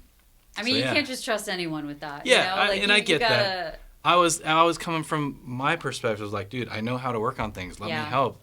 But I get it. I'm sure everyone's going to tell them, oh, yeah, I can do this, I can do that. Exactly. I recognize what needs to be, how things are supposed to look or whatever, because that's another thing, too. Like, you could give someone an assignment, they could do a great job. If they don't remember what it's supposed to look like, have the eye, it's not going to be right as well. So that was my crash course in time machine building. That was a crazy time, and everybody was so protective of information. And I just remember that, you know, Nicole wanted to like run PR for this whole thing, and it ended up kind of not needing it. She had like, Hollywood Reporter was going to do a story. Like everything was huge. And then just simply like putting it out on Facebook and Bob Gale talking about it, it then got picked up by like, you know, every news organization anyway. So it was a really high profile project while it was going on. I remember that. Right. That Facebook page was pretty hot. There was a lot of... Yeah. Back when Facebook was a thing. Yeah. Right. As it was before I'm Instagram, looking at right? Facebook. Mm-hmm. I think so. Instagram wasn't around yet. I think I joined in like 10 or 11, I think, Instagram. So it was probably around just before that. Yeah. Yeah. I joined Instagram... Oh, no, that was What's your Facebook. first Instagram post? Does anybody remember? I remember mine. I actually looked it up, not that because I keep losing my damn accounts, but my first Instagram account is now my burlesque account. That one was actually my first one. And I was on a job. No, okay, so I was on a job. No, it makes sense now. I had to remember for a second, but I was living in New Zealand at the time, and I was on a job in Indiana, but I was actually in Chicago for the weekend, and it was like the most American weekend of my entire life. So we were on break from this travel job that I was doing because it was the 4th of July. So I went back with my friend who was the production manager that was from Chicago, and I was like, yeah, we'll spend the weekend in Chicago. It was the most, we did like baseball with hot dogs and fireworks, and like it was never in my life. So anyway, my first post was, I think it was wings. I don't even eat wings, but it was like a picture of wings at some fucking place in Chicago. And the next one I think was a whiskey bar. Nice. I'm going to look it up. All American. It was... I thought there might be a quick answer. Do you have yours? No, Do you know what yours might be? Know me. What answer is ever a quick answer? Are you kidding me? I'm obviously the same We way. have to determine when it's a quickie, okay? Otherwise, we're going to take our sweet-ass time. So we have to announce ahead of time this is going to be a quickie? Yes. Oh, sometimes you don't know. Well, I'm always going to take my time, so... You gotta disclose these things. Says the guy, I haven't had sex in years. Are you kidding me? It's hilarious. What does it take to be a born-again virgin? Somebody said that the other day. Well, like, you're a born-again virgin. Virginity isn't real, so, you know, you could be... What? You could be celibate. Virginity isn't real? No. There's no... It's a social construct. Oh, I understand. Well, Yeah. I mean, someone who's... All right, okay, fine. I understand. And also, it depends on, like, is penis and vagina the only determination of sex? Because I don't that's not sex. I'm uncomfortable That's again. a form of it. So, Penis and vagina. you know, I know. Jay's going back into his little hole again. He's getting That's uncomfortable. right. We haven't made you uncomfortable in a while. Let's do it. Let's just talk about virginity. It's not real. It's not It doesn't exist, real. apparently. That's my first time hearing that. If Yeah. it's never been touched, is he not a virgin? Well, because so that also just kind of proves the point that like the idea of virginity isn't real, because what do you define as that? The first time somebody else touches your penis, the first time that you I would touch say your own penis and vagina. But that is Before not that, virgin. okay. But But what? on both sides. Okay, but breaking what of the about- hymen? Are we getting clinical now? So okay, but just to pause on that. I can't believe What we got about here. people? I love it. I love it. Time what- machines. Time machines. Time machines, but so you're saying okay, that's penis and vagina. What about all the people that don't have sex that way? Are they Then still virgins? Is everyone a virgin? Penis and... This feels like Chasing Amy, where they had the same exact debate, and they were like, "Oh, penetration defines whatever." Yeah, but and not she's all like, people have sex that way. Either Yes. vaginal or anal penetration, but I would say Not all one people or... have. Not all people receive anal penetration. Then I would say they're virgins because they haven't had... So then they're virgins for their entire life because they've never had. So penetration to you is what sex means. What other than, I mean, obviously oral, but like other than vaginal or anal? Digital. There's Digital? Your fingers Jesus. are your digits. So. Yeah, that's definitely virgin territory. But that is still a sexual act. True. So therefore, and what are we measuring? It just doesn't make any fucking sense. That there has to be another person there. Okay. And you have to be in one of their holes. Not their mouth. That's what I would say. But not all men receive in their hole. Oh boy. Oh God. So then what does that mean? Are they still virgins, or do you have to give? Because not all people give. Also, there's just so many variations on it that it doesn't even fucking make sense. What you can say is whether or not you've had a sexual experience and what that sexual experience is. That's a far more realistic and healthy way to look at it, because ultimately what we're talking about is whether or not you've had a sexual experience. Right. And then what type of sexual experience, and who the fuck's business is it anyway? And to the point of hymens, just since we are fact-checking things here, the hymen is something that exists in your body to make sure that fluids are not going up the vagina when you're in your mother's womb or your parents' womb.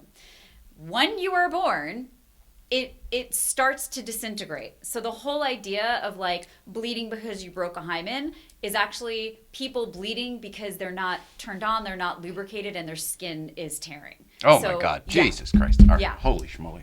Getting uncomfortable. I love that we're People making did not sign up for Jay this. uncomfortable, but I was trying to think, how did we go down this hole? How did it start? I asked her what her first Instagram post was. Hole. Oh, that's right.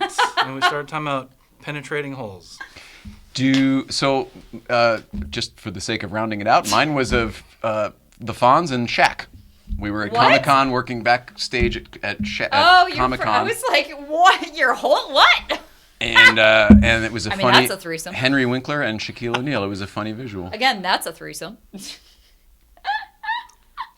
All still virgins. Okay, There it is. wait. Nice.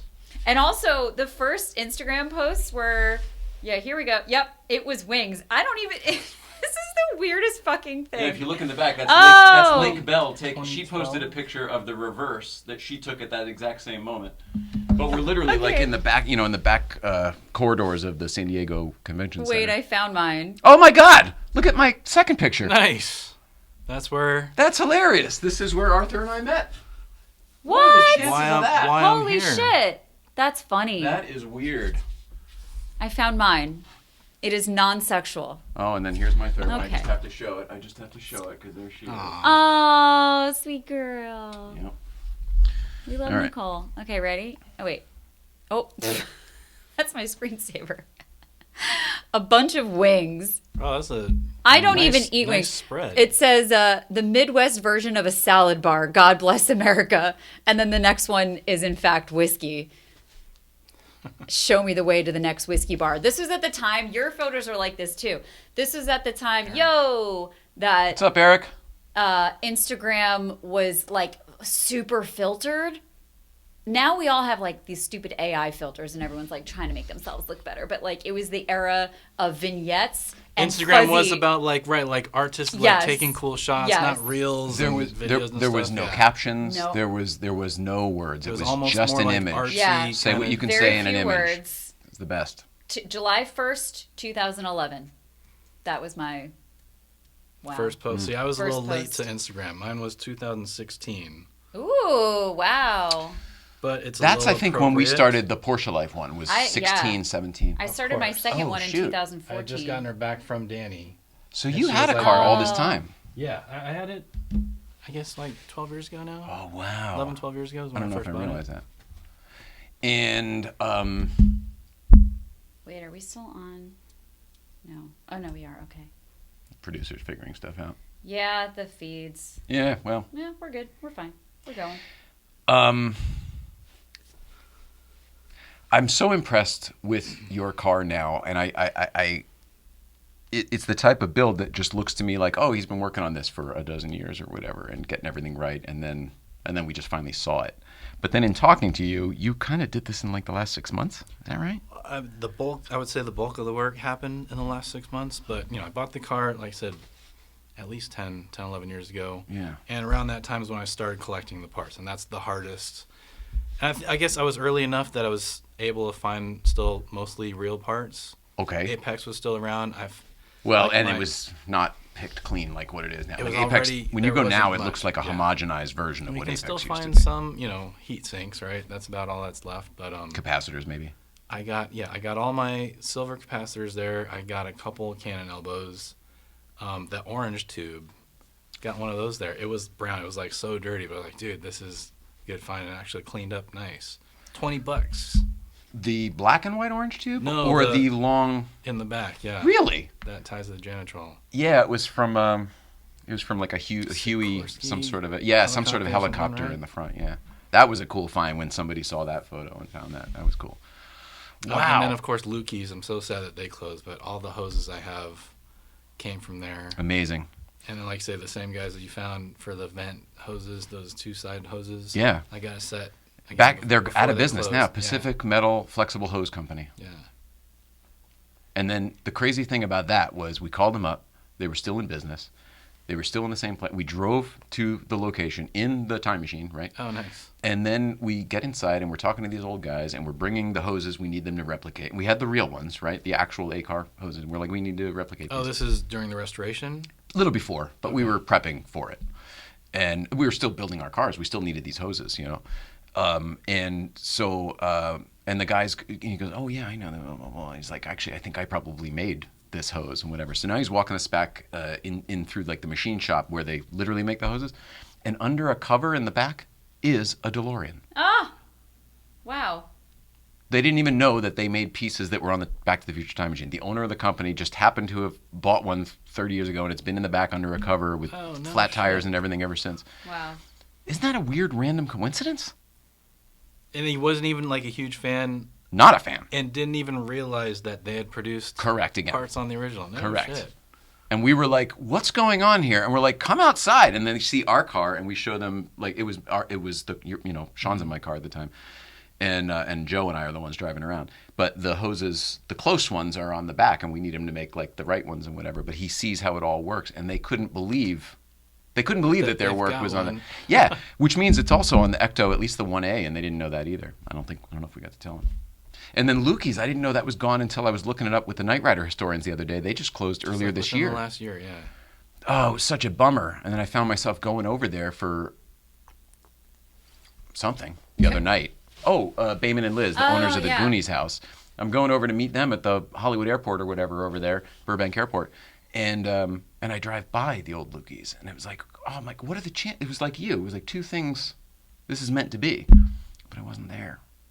It still bums me out. What about Norton Sales? Is that still there? I don't know. We got a lot of stuff from them. Really? A lot of hoses, and so did the original company, the original guys. Joe Factors, which became Lukey's, and then Norton Sales. Man, sorry. You got me going deep. Yeah. Well, that's what we're here for, right?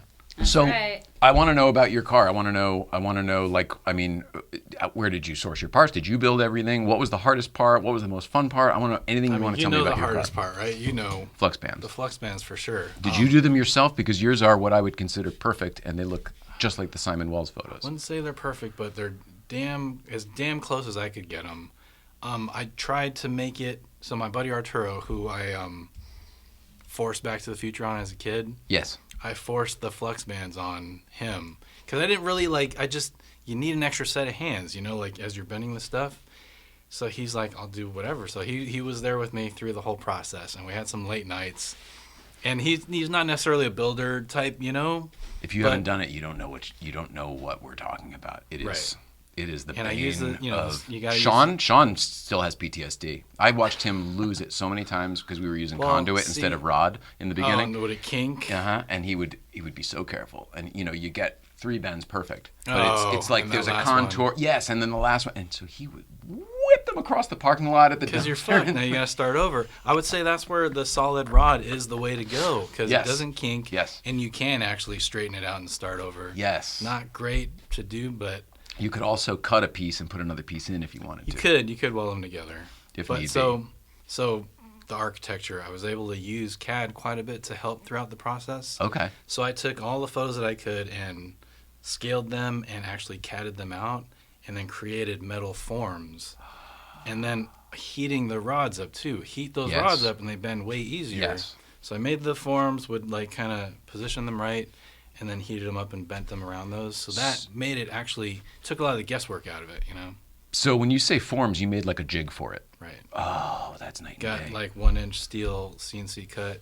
Tom Talman, who did them on for a couple of the later cars, he said the same thing. He made a jig for it, and that was the only way. That's the only way, yeah. And even it was not easy. It was still a pain in the ass, but I think that made it a lot smoother of a process. So if we needed to do another set, you could theoretically replicate it. Like say, God forbid, car accident, somebody bumps into you, whatever, and you need to replace one side of the flux band. You could theoretically do that again because you have all the pieces. thing. And now that I've got the set made, I could use that to actually position the jig better.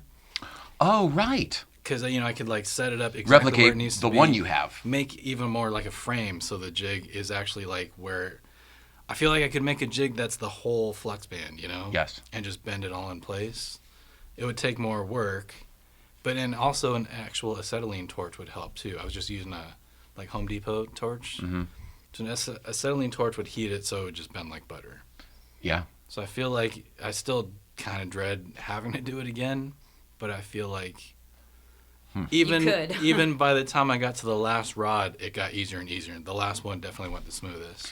Well, by that point, you know what you're doing. Like, you're in flow. There's You got, less, you've learned all the lessons. Now you're like, oh, I got it, and I'm done. We've made the mistakes, Yeah. I've been asked to build time machines again. No, just time machines again, like for people. Would you ever build one again? Would you ever?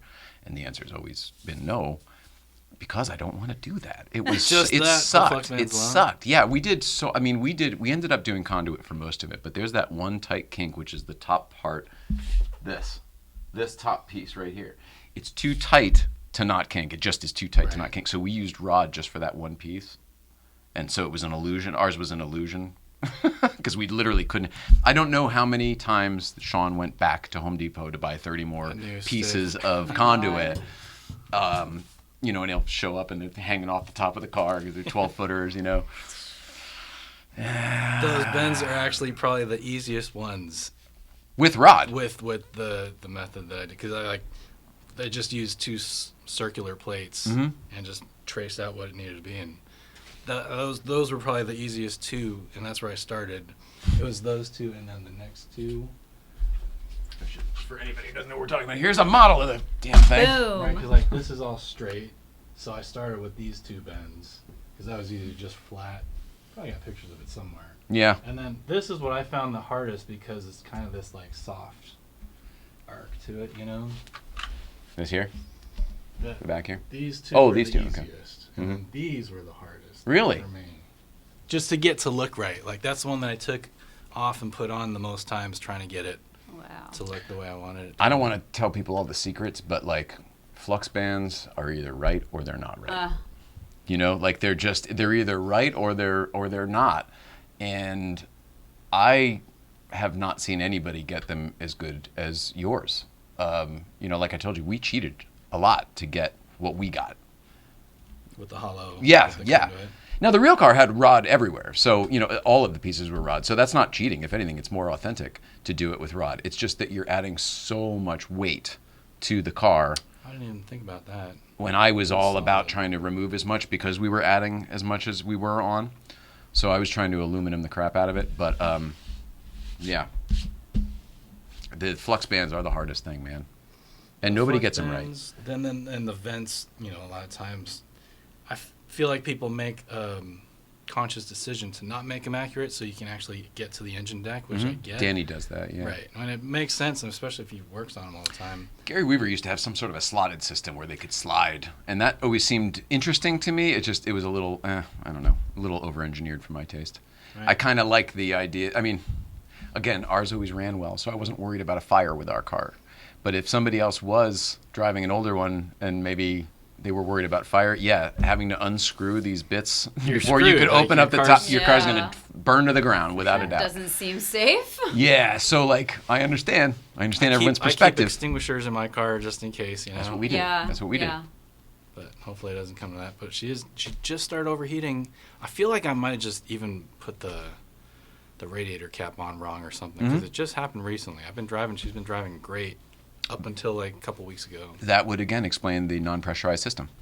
You know, Right. if you think it's a pinhole leak, it could just be sucking in from the top there. I hope If it's not something on all the way. simple. But I'm actually supposed to go down to Danny this Thursday. Good. T-stat, bleed the system, and hopefully it solves the issue. Good. We were troubleshooting last night. Yeah. I'm sure you were. Arthur and Jay Ryan with a goat. Does that mean we're stubborn? I think goat is. I'm a Capricorn. Does that make me a goat? Yeah, it does. My first time seeing the A car was 2003 on the back lot. By the time it was a shadow of itself, but my rose-colored glasses Helped a lot. helped a lot. Yeah. Yeah. I hear you. Must have been special. I agree. Let me see if I can find the photo of you, me, and Bob Gale Yeah, that's cute. with your time circuits. I just posted it on Instagram today, so you can check for it there. But this is... Oh, that's not it. Hang on. Ah. Here we go. There it is.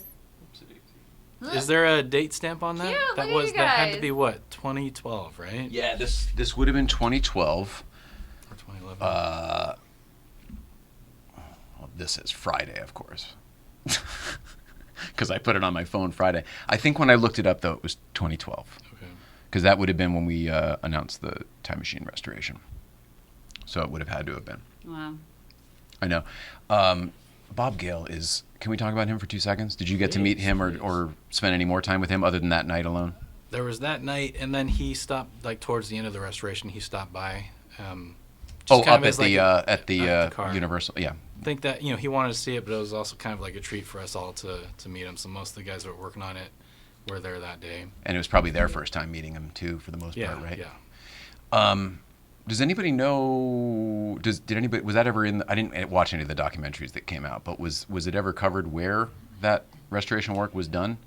No. Because it was in an off-site location at a Universal warehouse that's not known as Universal, like actually Ride Development, I think, that warehouse. But what it might be interesting to everyone else is it's right in front of where Paul Walker died. Whoa. Oh, is it right there? Like literally, I mean, you know how you're driving up the hill and there's a berm in the parking lot and the building's up here? Directly in front of it. Wow. Directly in front of it. Huh. Yeah. Didn't know that. Weird, right? Yeah, really weird. And like, same time. It was 2012, I think Yeah. he died. I didn't realize it was like right there. Yeah. Okay, Bob Gale. I think Bob Gale is one of the coolest people in, like, I don't know what it is about him. Maybe it's just because he had like a really big win. He's just so chill. He's so laid back. I think he's so smart and he's so fun to talk to. Did you get to do any of that? So there was that time when he came, and then once it got put on display at Universal, we did a big day where everyone was there and he was there with us. Gotcha. So at one point we all met up on top and took a picture, and then as we're walking down to go see the A car where it was displayed, I was walking In that with little him. museum. Yeah. So that was my, like, I just happened to be walking right next to him, so we're just chatting. I'm like, all right, am I going to ask this stupid, like, dorky questions? I don't remember exactly, but I remember I was like, you idiot. Am I gonna Like, be that guy? Just talk to him like a normal human. I'm like ask him questions. But yeah, and he was totally, like, very generous, you know, verbally or emotionally. He was just happy to be up there and hanging out with us, or made us at least feel that way. Like, No, he does make you feel. He I was think just I think enjoying it's himself. real. I think he's a nerd himself. So I think he's like genuinely into it. I don't think he's like, above we're it all. kind of his people, and like Yeah. he He's feels like, comfortable yeah. with us, and Yeah, I think so. he made us all feel comfortable around him. And then so after that, we kind of hung out in the park. We went on the Simpsons ride, of course. Of course. And Used to then be Back to the Future. We had dinner at the Buca de Beppo's there.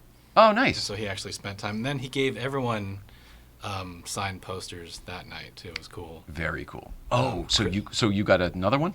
And when he gave everyone else a part 1 poster, he'd already given me one. So he says, like, I remembered that. So that was cool. That, like, he, like, made the mental note, so he gave me a part 3 instead. Super cool. Cute. That's amazing. That's who signed the posters? He, Zemeckis, and Christopher Lloyd. Yeah, that's very cool. He sent me one of those too. Nice. He sent me one of the. He sent a lot of beautiful, very nice things afterwards, like a handwritten. He's a class act. I'm such a fan of his. I want him to do the show. I think it would be really fun if he came in here. Absolutely. He was going to do it back in the day with Nicole, but it was an anniversary and he'd just done a bunch of press. He's like, I really don't want to do this right now, but definitely in the future. Yeah. Well, let me know. I just want to be fanboying in the back. Yeah, That's come what I on mean. through. That would be so great. And then we'll take another picture like this one. Yeah. All these years later. Well, Nerds. see if we could totally get him to bring his, because his was like a sister They were. style to the ones that I had. So the ones that he had were actually from the B car that Michael Lantieri picked up from the train wreck scene and made a little, like, taped together a little display for him. And I love that. He had that, and then the Mr. Fusion from the back, Lantieri made it into a lamp for him that was on display, I think, for a little bit. Yeah. Sweet. Crazy. All right, well, let's see how we did on our card here. How are we doing on time there, producer? I think we're wrapping it up. Okay, let's see here. Is there anything that you wanted to cover that we haven't covered to make sure we do that? I think we started from the beginning and came full circle. I do remember that the night I came to your house to meet you was a Sunday night, and this was the time I remember. Like, I kind of remember the Behind Harvell's, but I remember that it happened. I didn't remember what you looked like. I didn't remember all that. But showing up that night to get the time circuits, I remember specifically because Nicole was downtown winning an Emmy, her first Emmy for Children's Hospital that night. And I was telling him, I got to get out of here because I gotta drive downtown and go to the Biltmore. He's like, what are you doing there tonight?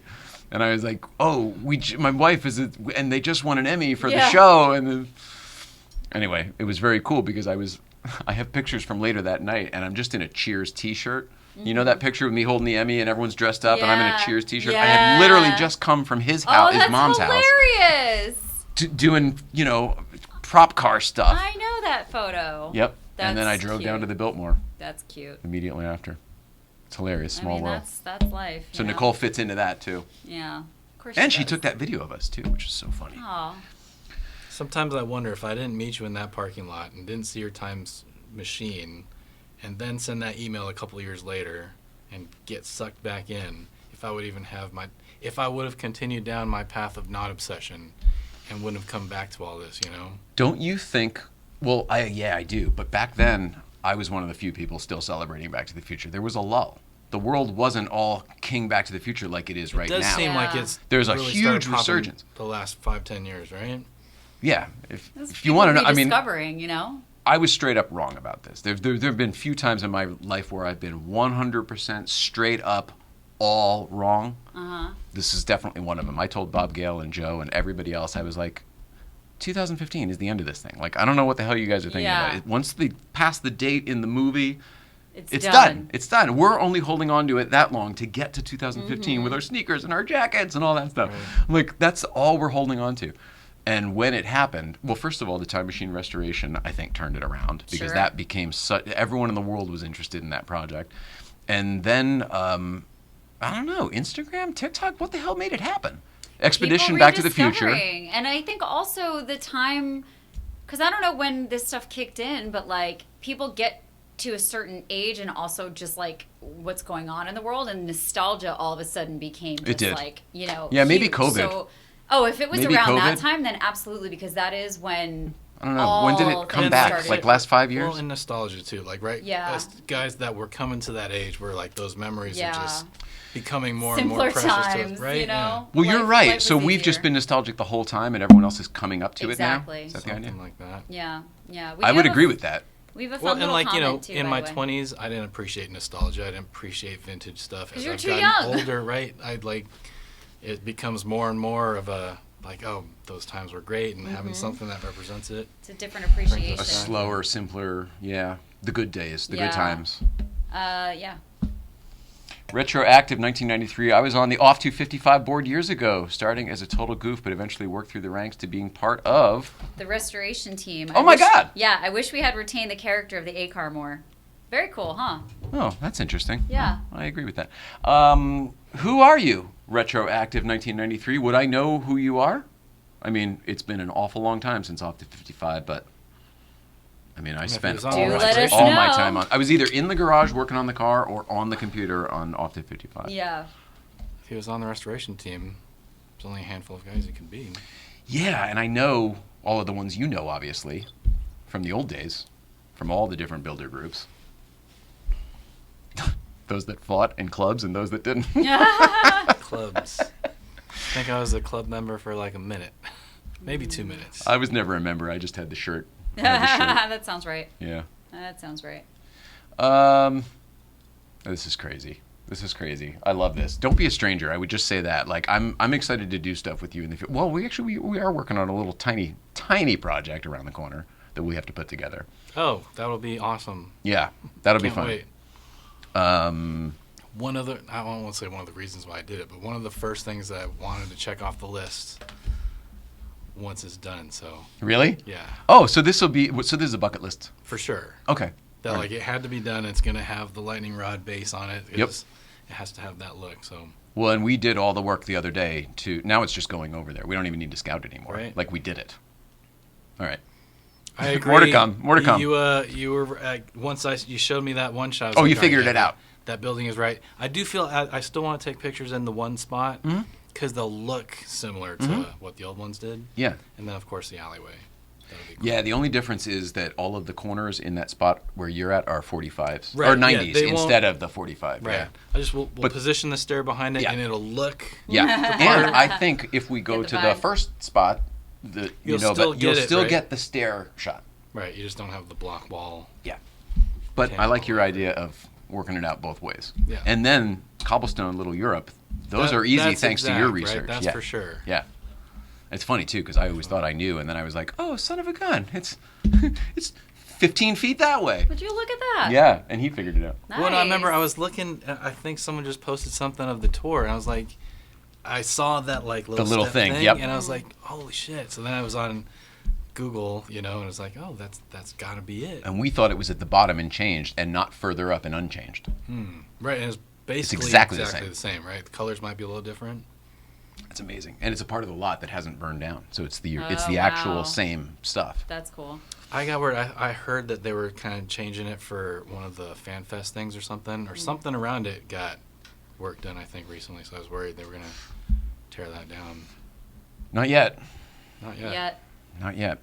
How do people keep in contact with you? Oh, by the way, I guess Threve never was able to get into the Petersen. I don't know what happened there. I guess so. Also, Retroactive 1993 says, I was the one who found the Pioneer speaker grill for the wormhole emitter. Nice. The little... See, and I give credit to all... Like, I came into the game when a lot of that stuff was already figured out, Yeah. So I can't...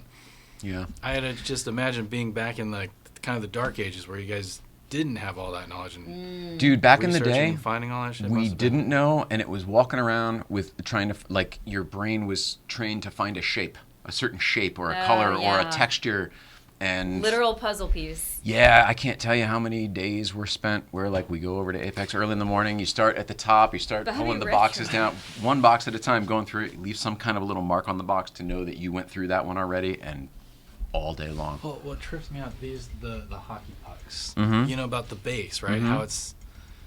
But it's like three different things. Who the fuck... I mean, no one's figured out what the hockey puck thing is yet, right? But it's the zero can on top of a piece of an ashtray. Yeah. Like, how the... But meanwhile, how the fuck did they come up with it? And who figured it out? Back to your dad. Somebody drew it on a piece of paper. Andy Probert or any of those guys. Ron Cobb or whatever, the Knight Rider guy. And then somebody, Michael Chaffee, thank you so much for that, walking around looking at shelves going, oh, this could be that, this could be that. There's 3 of these. We need 9 of them or any more. Oh, there's some more over there. Let's grab those. It's just making it work. It's just seeing the vision and making it work. The first time is borderline easy. It's all of us who have to go do it again that's hard. And fun because it's not a part, like, you get the part, and then you have to sand. You remove most of it. Yeah. And then you got to sand like the Leave lip just off. the lot, yeah. So how the fuck anyone? I would love to know who actually fingerprinted that and actually figured out exactly what the hell it was. 'Cause it's so obscure. Yeah, I mean, And that's one of the things that like I love that I have done that way on my car. That 99.9% of people will be like, "What are you talking about?" Oh, so you like crouch down, you can see some holes in the base. That's the only difference. but I know. You know, and Yeah. like three other I people. know, It's and the you know, purist. and It's yes. the purist of you. Exactly. Yeah. Everyone, you know, it's so tough because any time machine, any DeLorean time machine is impressive, and you don't want to crap on anyone's DeLorean time machine because they're all a ton of work. No matter what. But when right. you've done a couple of them and you've really gotten down this like the crazy rabbit hole, none of them are good enough. There's like 2 in the world that are good. And by the way, I include the A car in that at this point. Like, you know what I mean? Like I like your car right now. Your car's the hot car for me. By the way, Bobby Hot Retro tip. is here. Who is? Bobby Oh, Retro. Robbie Retro. Robbie Nice. Retro. What did I This say? is Bobby? heavy. Yeah. What's up, Robbie? So, Retroactive 93, no name. You wish to remain anonymous? I understand. It's okay. But you probably know everything we're talking about Well- then. Did you build a time machine? Were you successful in creating one of these suckers? He's like, I figured out the ashtray thing. That's all there is to it. Yeah. Well, if I ever do get tasked with building another time machine, I'm calling you. So you've said no. Are you like lean? Because I would do it again, as long as I didn't have a time limit. You know. I think that, like you, I was in a dormant phase to this whole thing. And now I'm, you know, my life, one of the reasons I got out of all this was because my life was imploding, you know, in 2012. Nicole had a year of MS under her belt. We were going through crazy medical stuff at the time, trying to run our business that was brand new. Like, it just... It's too much. Yeah, and my little fan nerd thing, there wasn't room for it all. There wasn't room for it all. And so I just kind of... But now Nicole's gone, and I've got more time, and I'm certainly getting back into all of this. So, like, I don't know, never say never. And I think the universe has also presented you with all of these friends that are into this too. In a way If I needed that's to do like- it again, I'd have a good group of people to do it with. Yeah. Yeah. It The only is- one it's- missing would be Sean, who's in Hawaii, but he could fly back. Yeah, he could fly back. He could Yeah, fly back. exactly. Yeah. Yeah, that'd be fun. Well, Yeah, just so you never know. Let him handle the flex bands since his favorite. No, I'm doing those with you because I wouldn't do. I think it would kill him now. He wasn't a parent yet. He wasn't married I want to yet. see him like, pissed though, because he was like the He's nicest young. guy on the restoration team. I'd love to see him just fucking lose it. he is a good guy, but that's the thing. When nobody else was around, he would lose it. You know, it was stressful. Man. Also, the thing we did with our car, which was really crazy, that I've never heard anyone else do. I lived in Marina del Rey, and we were building this car in Santa Clarita on Sundays, like Sunday build days. So I would get up early in the morning, and I would drive it up, and then stop at Ralph's and get some sandwiches and whatever the heck for the day, and then we'd be at the plane. But what that meant was, no matter what, at the end of the day, we had to have everything buttoned up enough that I could drive home. Yeah. I don't know anybody else who's ever done that. That It's is insane. wild. It's insane. To It Santa shouldn't be that Clarita, way. too. Like, that's I know. not... I don't know what we were thinking. Like, Yeah. we could have just left the car in the garage, and I don't know what we were thinking, but that's how we did How old it. were you? You were in your 20s at this point? No, I had just turned 30, yeah. Just Still turned 30. It's You like guys 07. off to... Yeah, okay. Retroactive is back. Oh. Still not saying who they are, though. Oh, that's okay. No, I don't care. I don't want to out anybody. I I just... No. Autonomy and anonymity is important. You guys on Off to gave me my education, especially you, Jay. You taught me how to navigate a bulletin board. I don't know that I did a good job. Those I don't. Yeah, don't. Thanks. I'll just say thanks. Take it. Just take it, Jay. You're gonna take that compliment. The problem is when you get a whole bunch of experts in a room. Oof. You know. Everyone's got something to offer. Yeah, I've heard a lot of stories about the time machine restoration. It's just such a thing, and there was so much weight to it and so much gravity behind the project that I think a lot of people were really stressed out. Sounds right. No comment. That Good for you. sounds right. Good for you. Perfect. My buddy Sean told me everybody was really stressed out. There's plenty of drama that goes along with the hobby, but we don't need to deep We don't dive need into to go all there. that fun stuff, right? I'm too old for it. Conan got asked about Arsenio Hall was on Conan's podcast the other day, and he said something about, you know, because Arsenio's friends with Jay Leno, and Conan was like, I don't even think about that anymore. Yeah. And it was kind of like, oh, good for you, Conan, because there was a period of time where you couldn't think about anything but that. And I think if people are, we're all of a different age now. We were in our 20s when people are fighting over parts and time machines and whatever. Could like, you imagine everyone's pushing still 50. worrying Give me a about that? break. Like, get the fuck out of here. No way. My wife died. I don't have time for that shit. I can't even worry about stuff from like 2 weeks ago. Like, if it's Right. processed, it's processed. Right. Like, if it happened, let me have my feelings and move the fuck on. Like, exactly. What? I couldn't imagine hanging on to something like that for 20 years. Let's see. Steve 3 sent what looks to be a hoverboard, maybe? Oh, fun. I'll just send a picture here. Let's look at this picture from Steve 3. Oh, from the auction?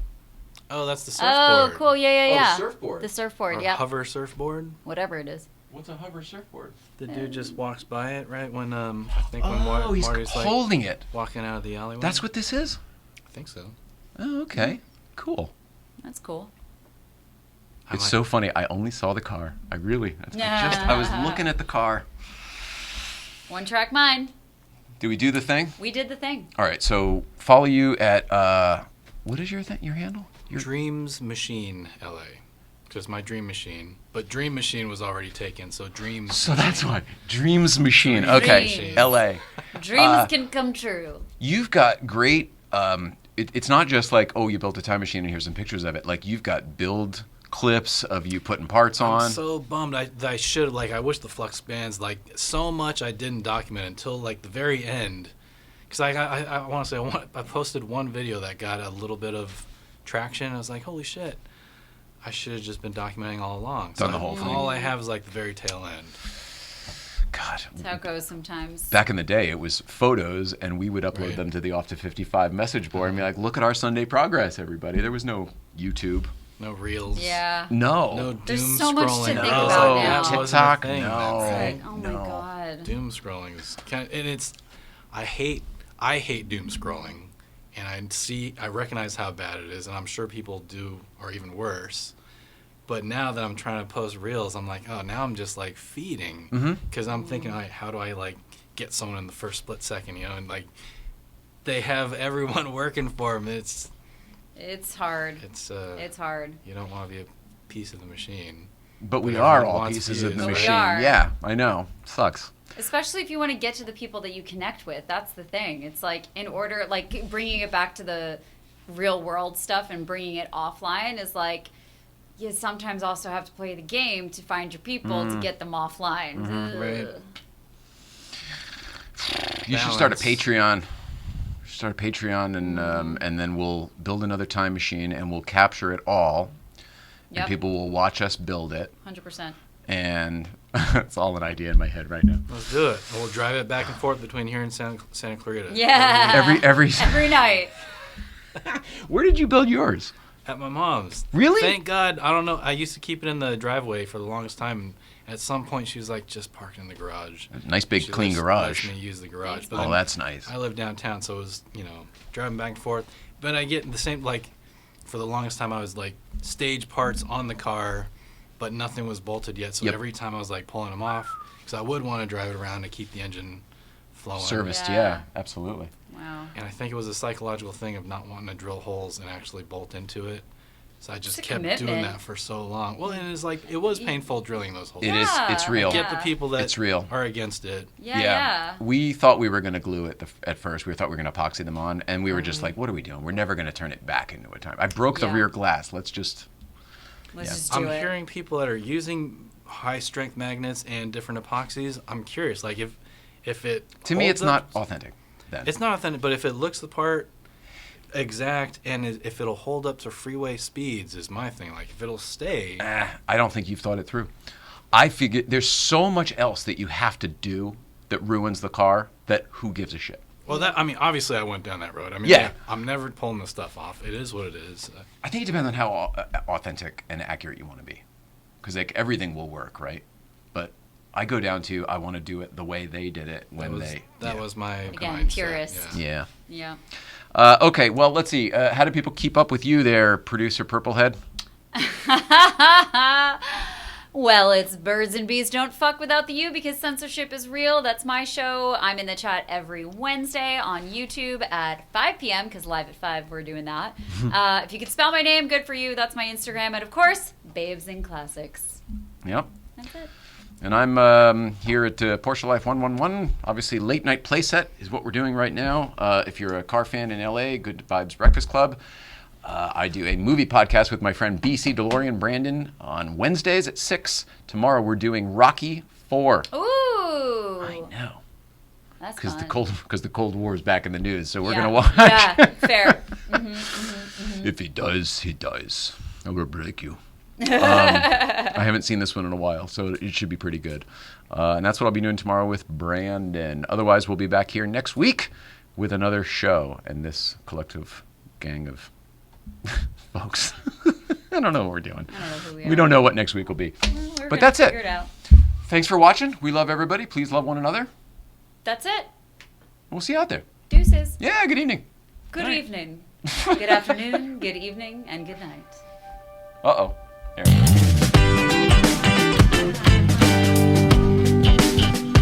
And thanks for dealing with all this stuff. Yeah. Oh, there. Wow, I can't believe we went 2 hours. I didn't think we would. I like to go 90 minutes, but it seems like lately it's been about 2 hours. Plus or minus. But at 2 hours, I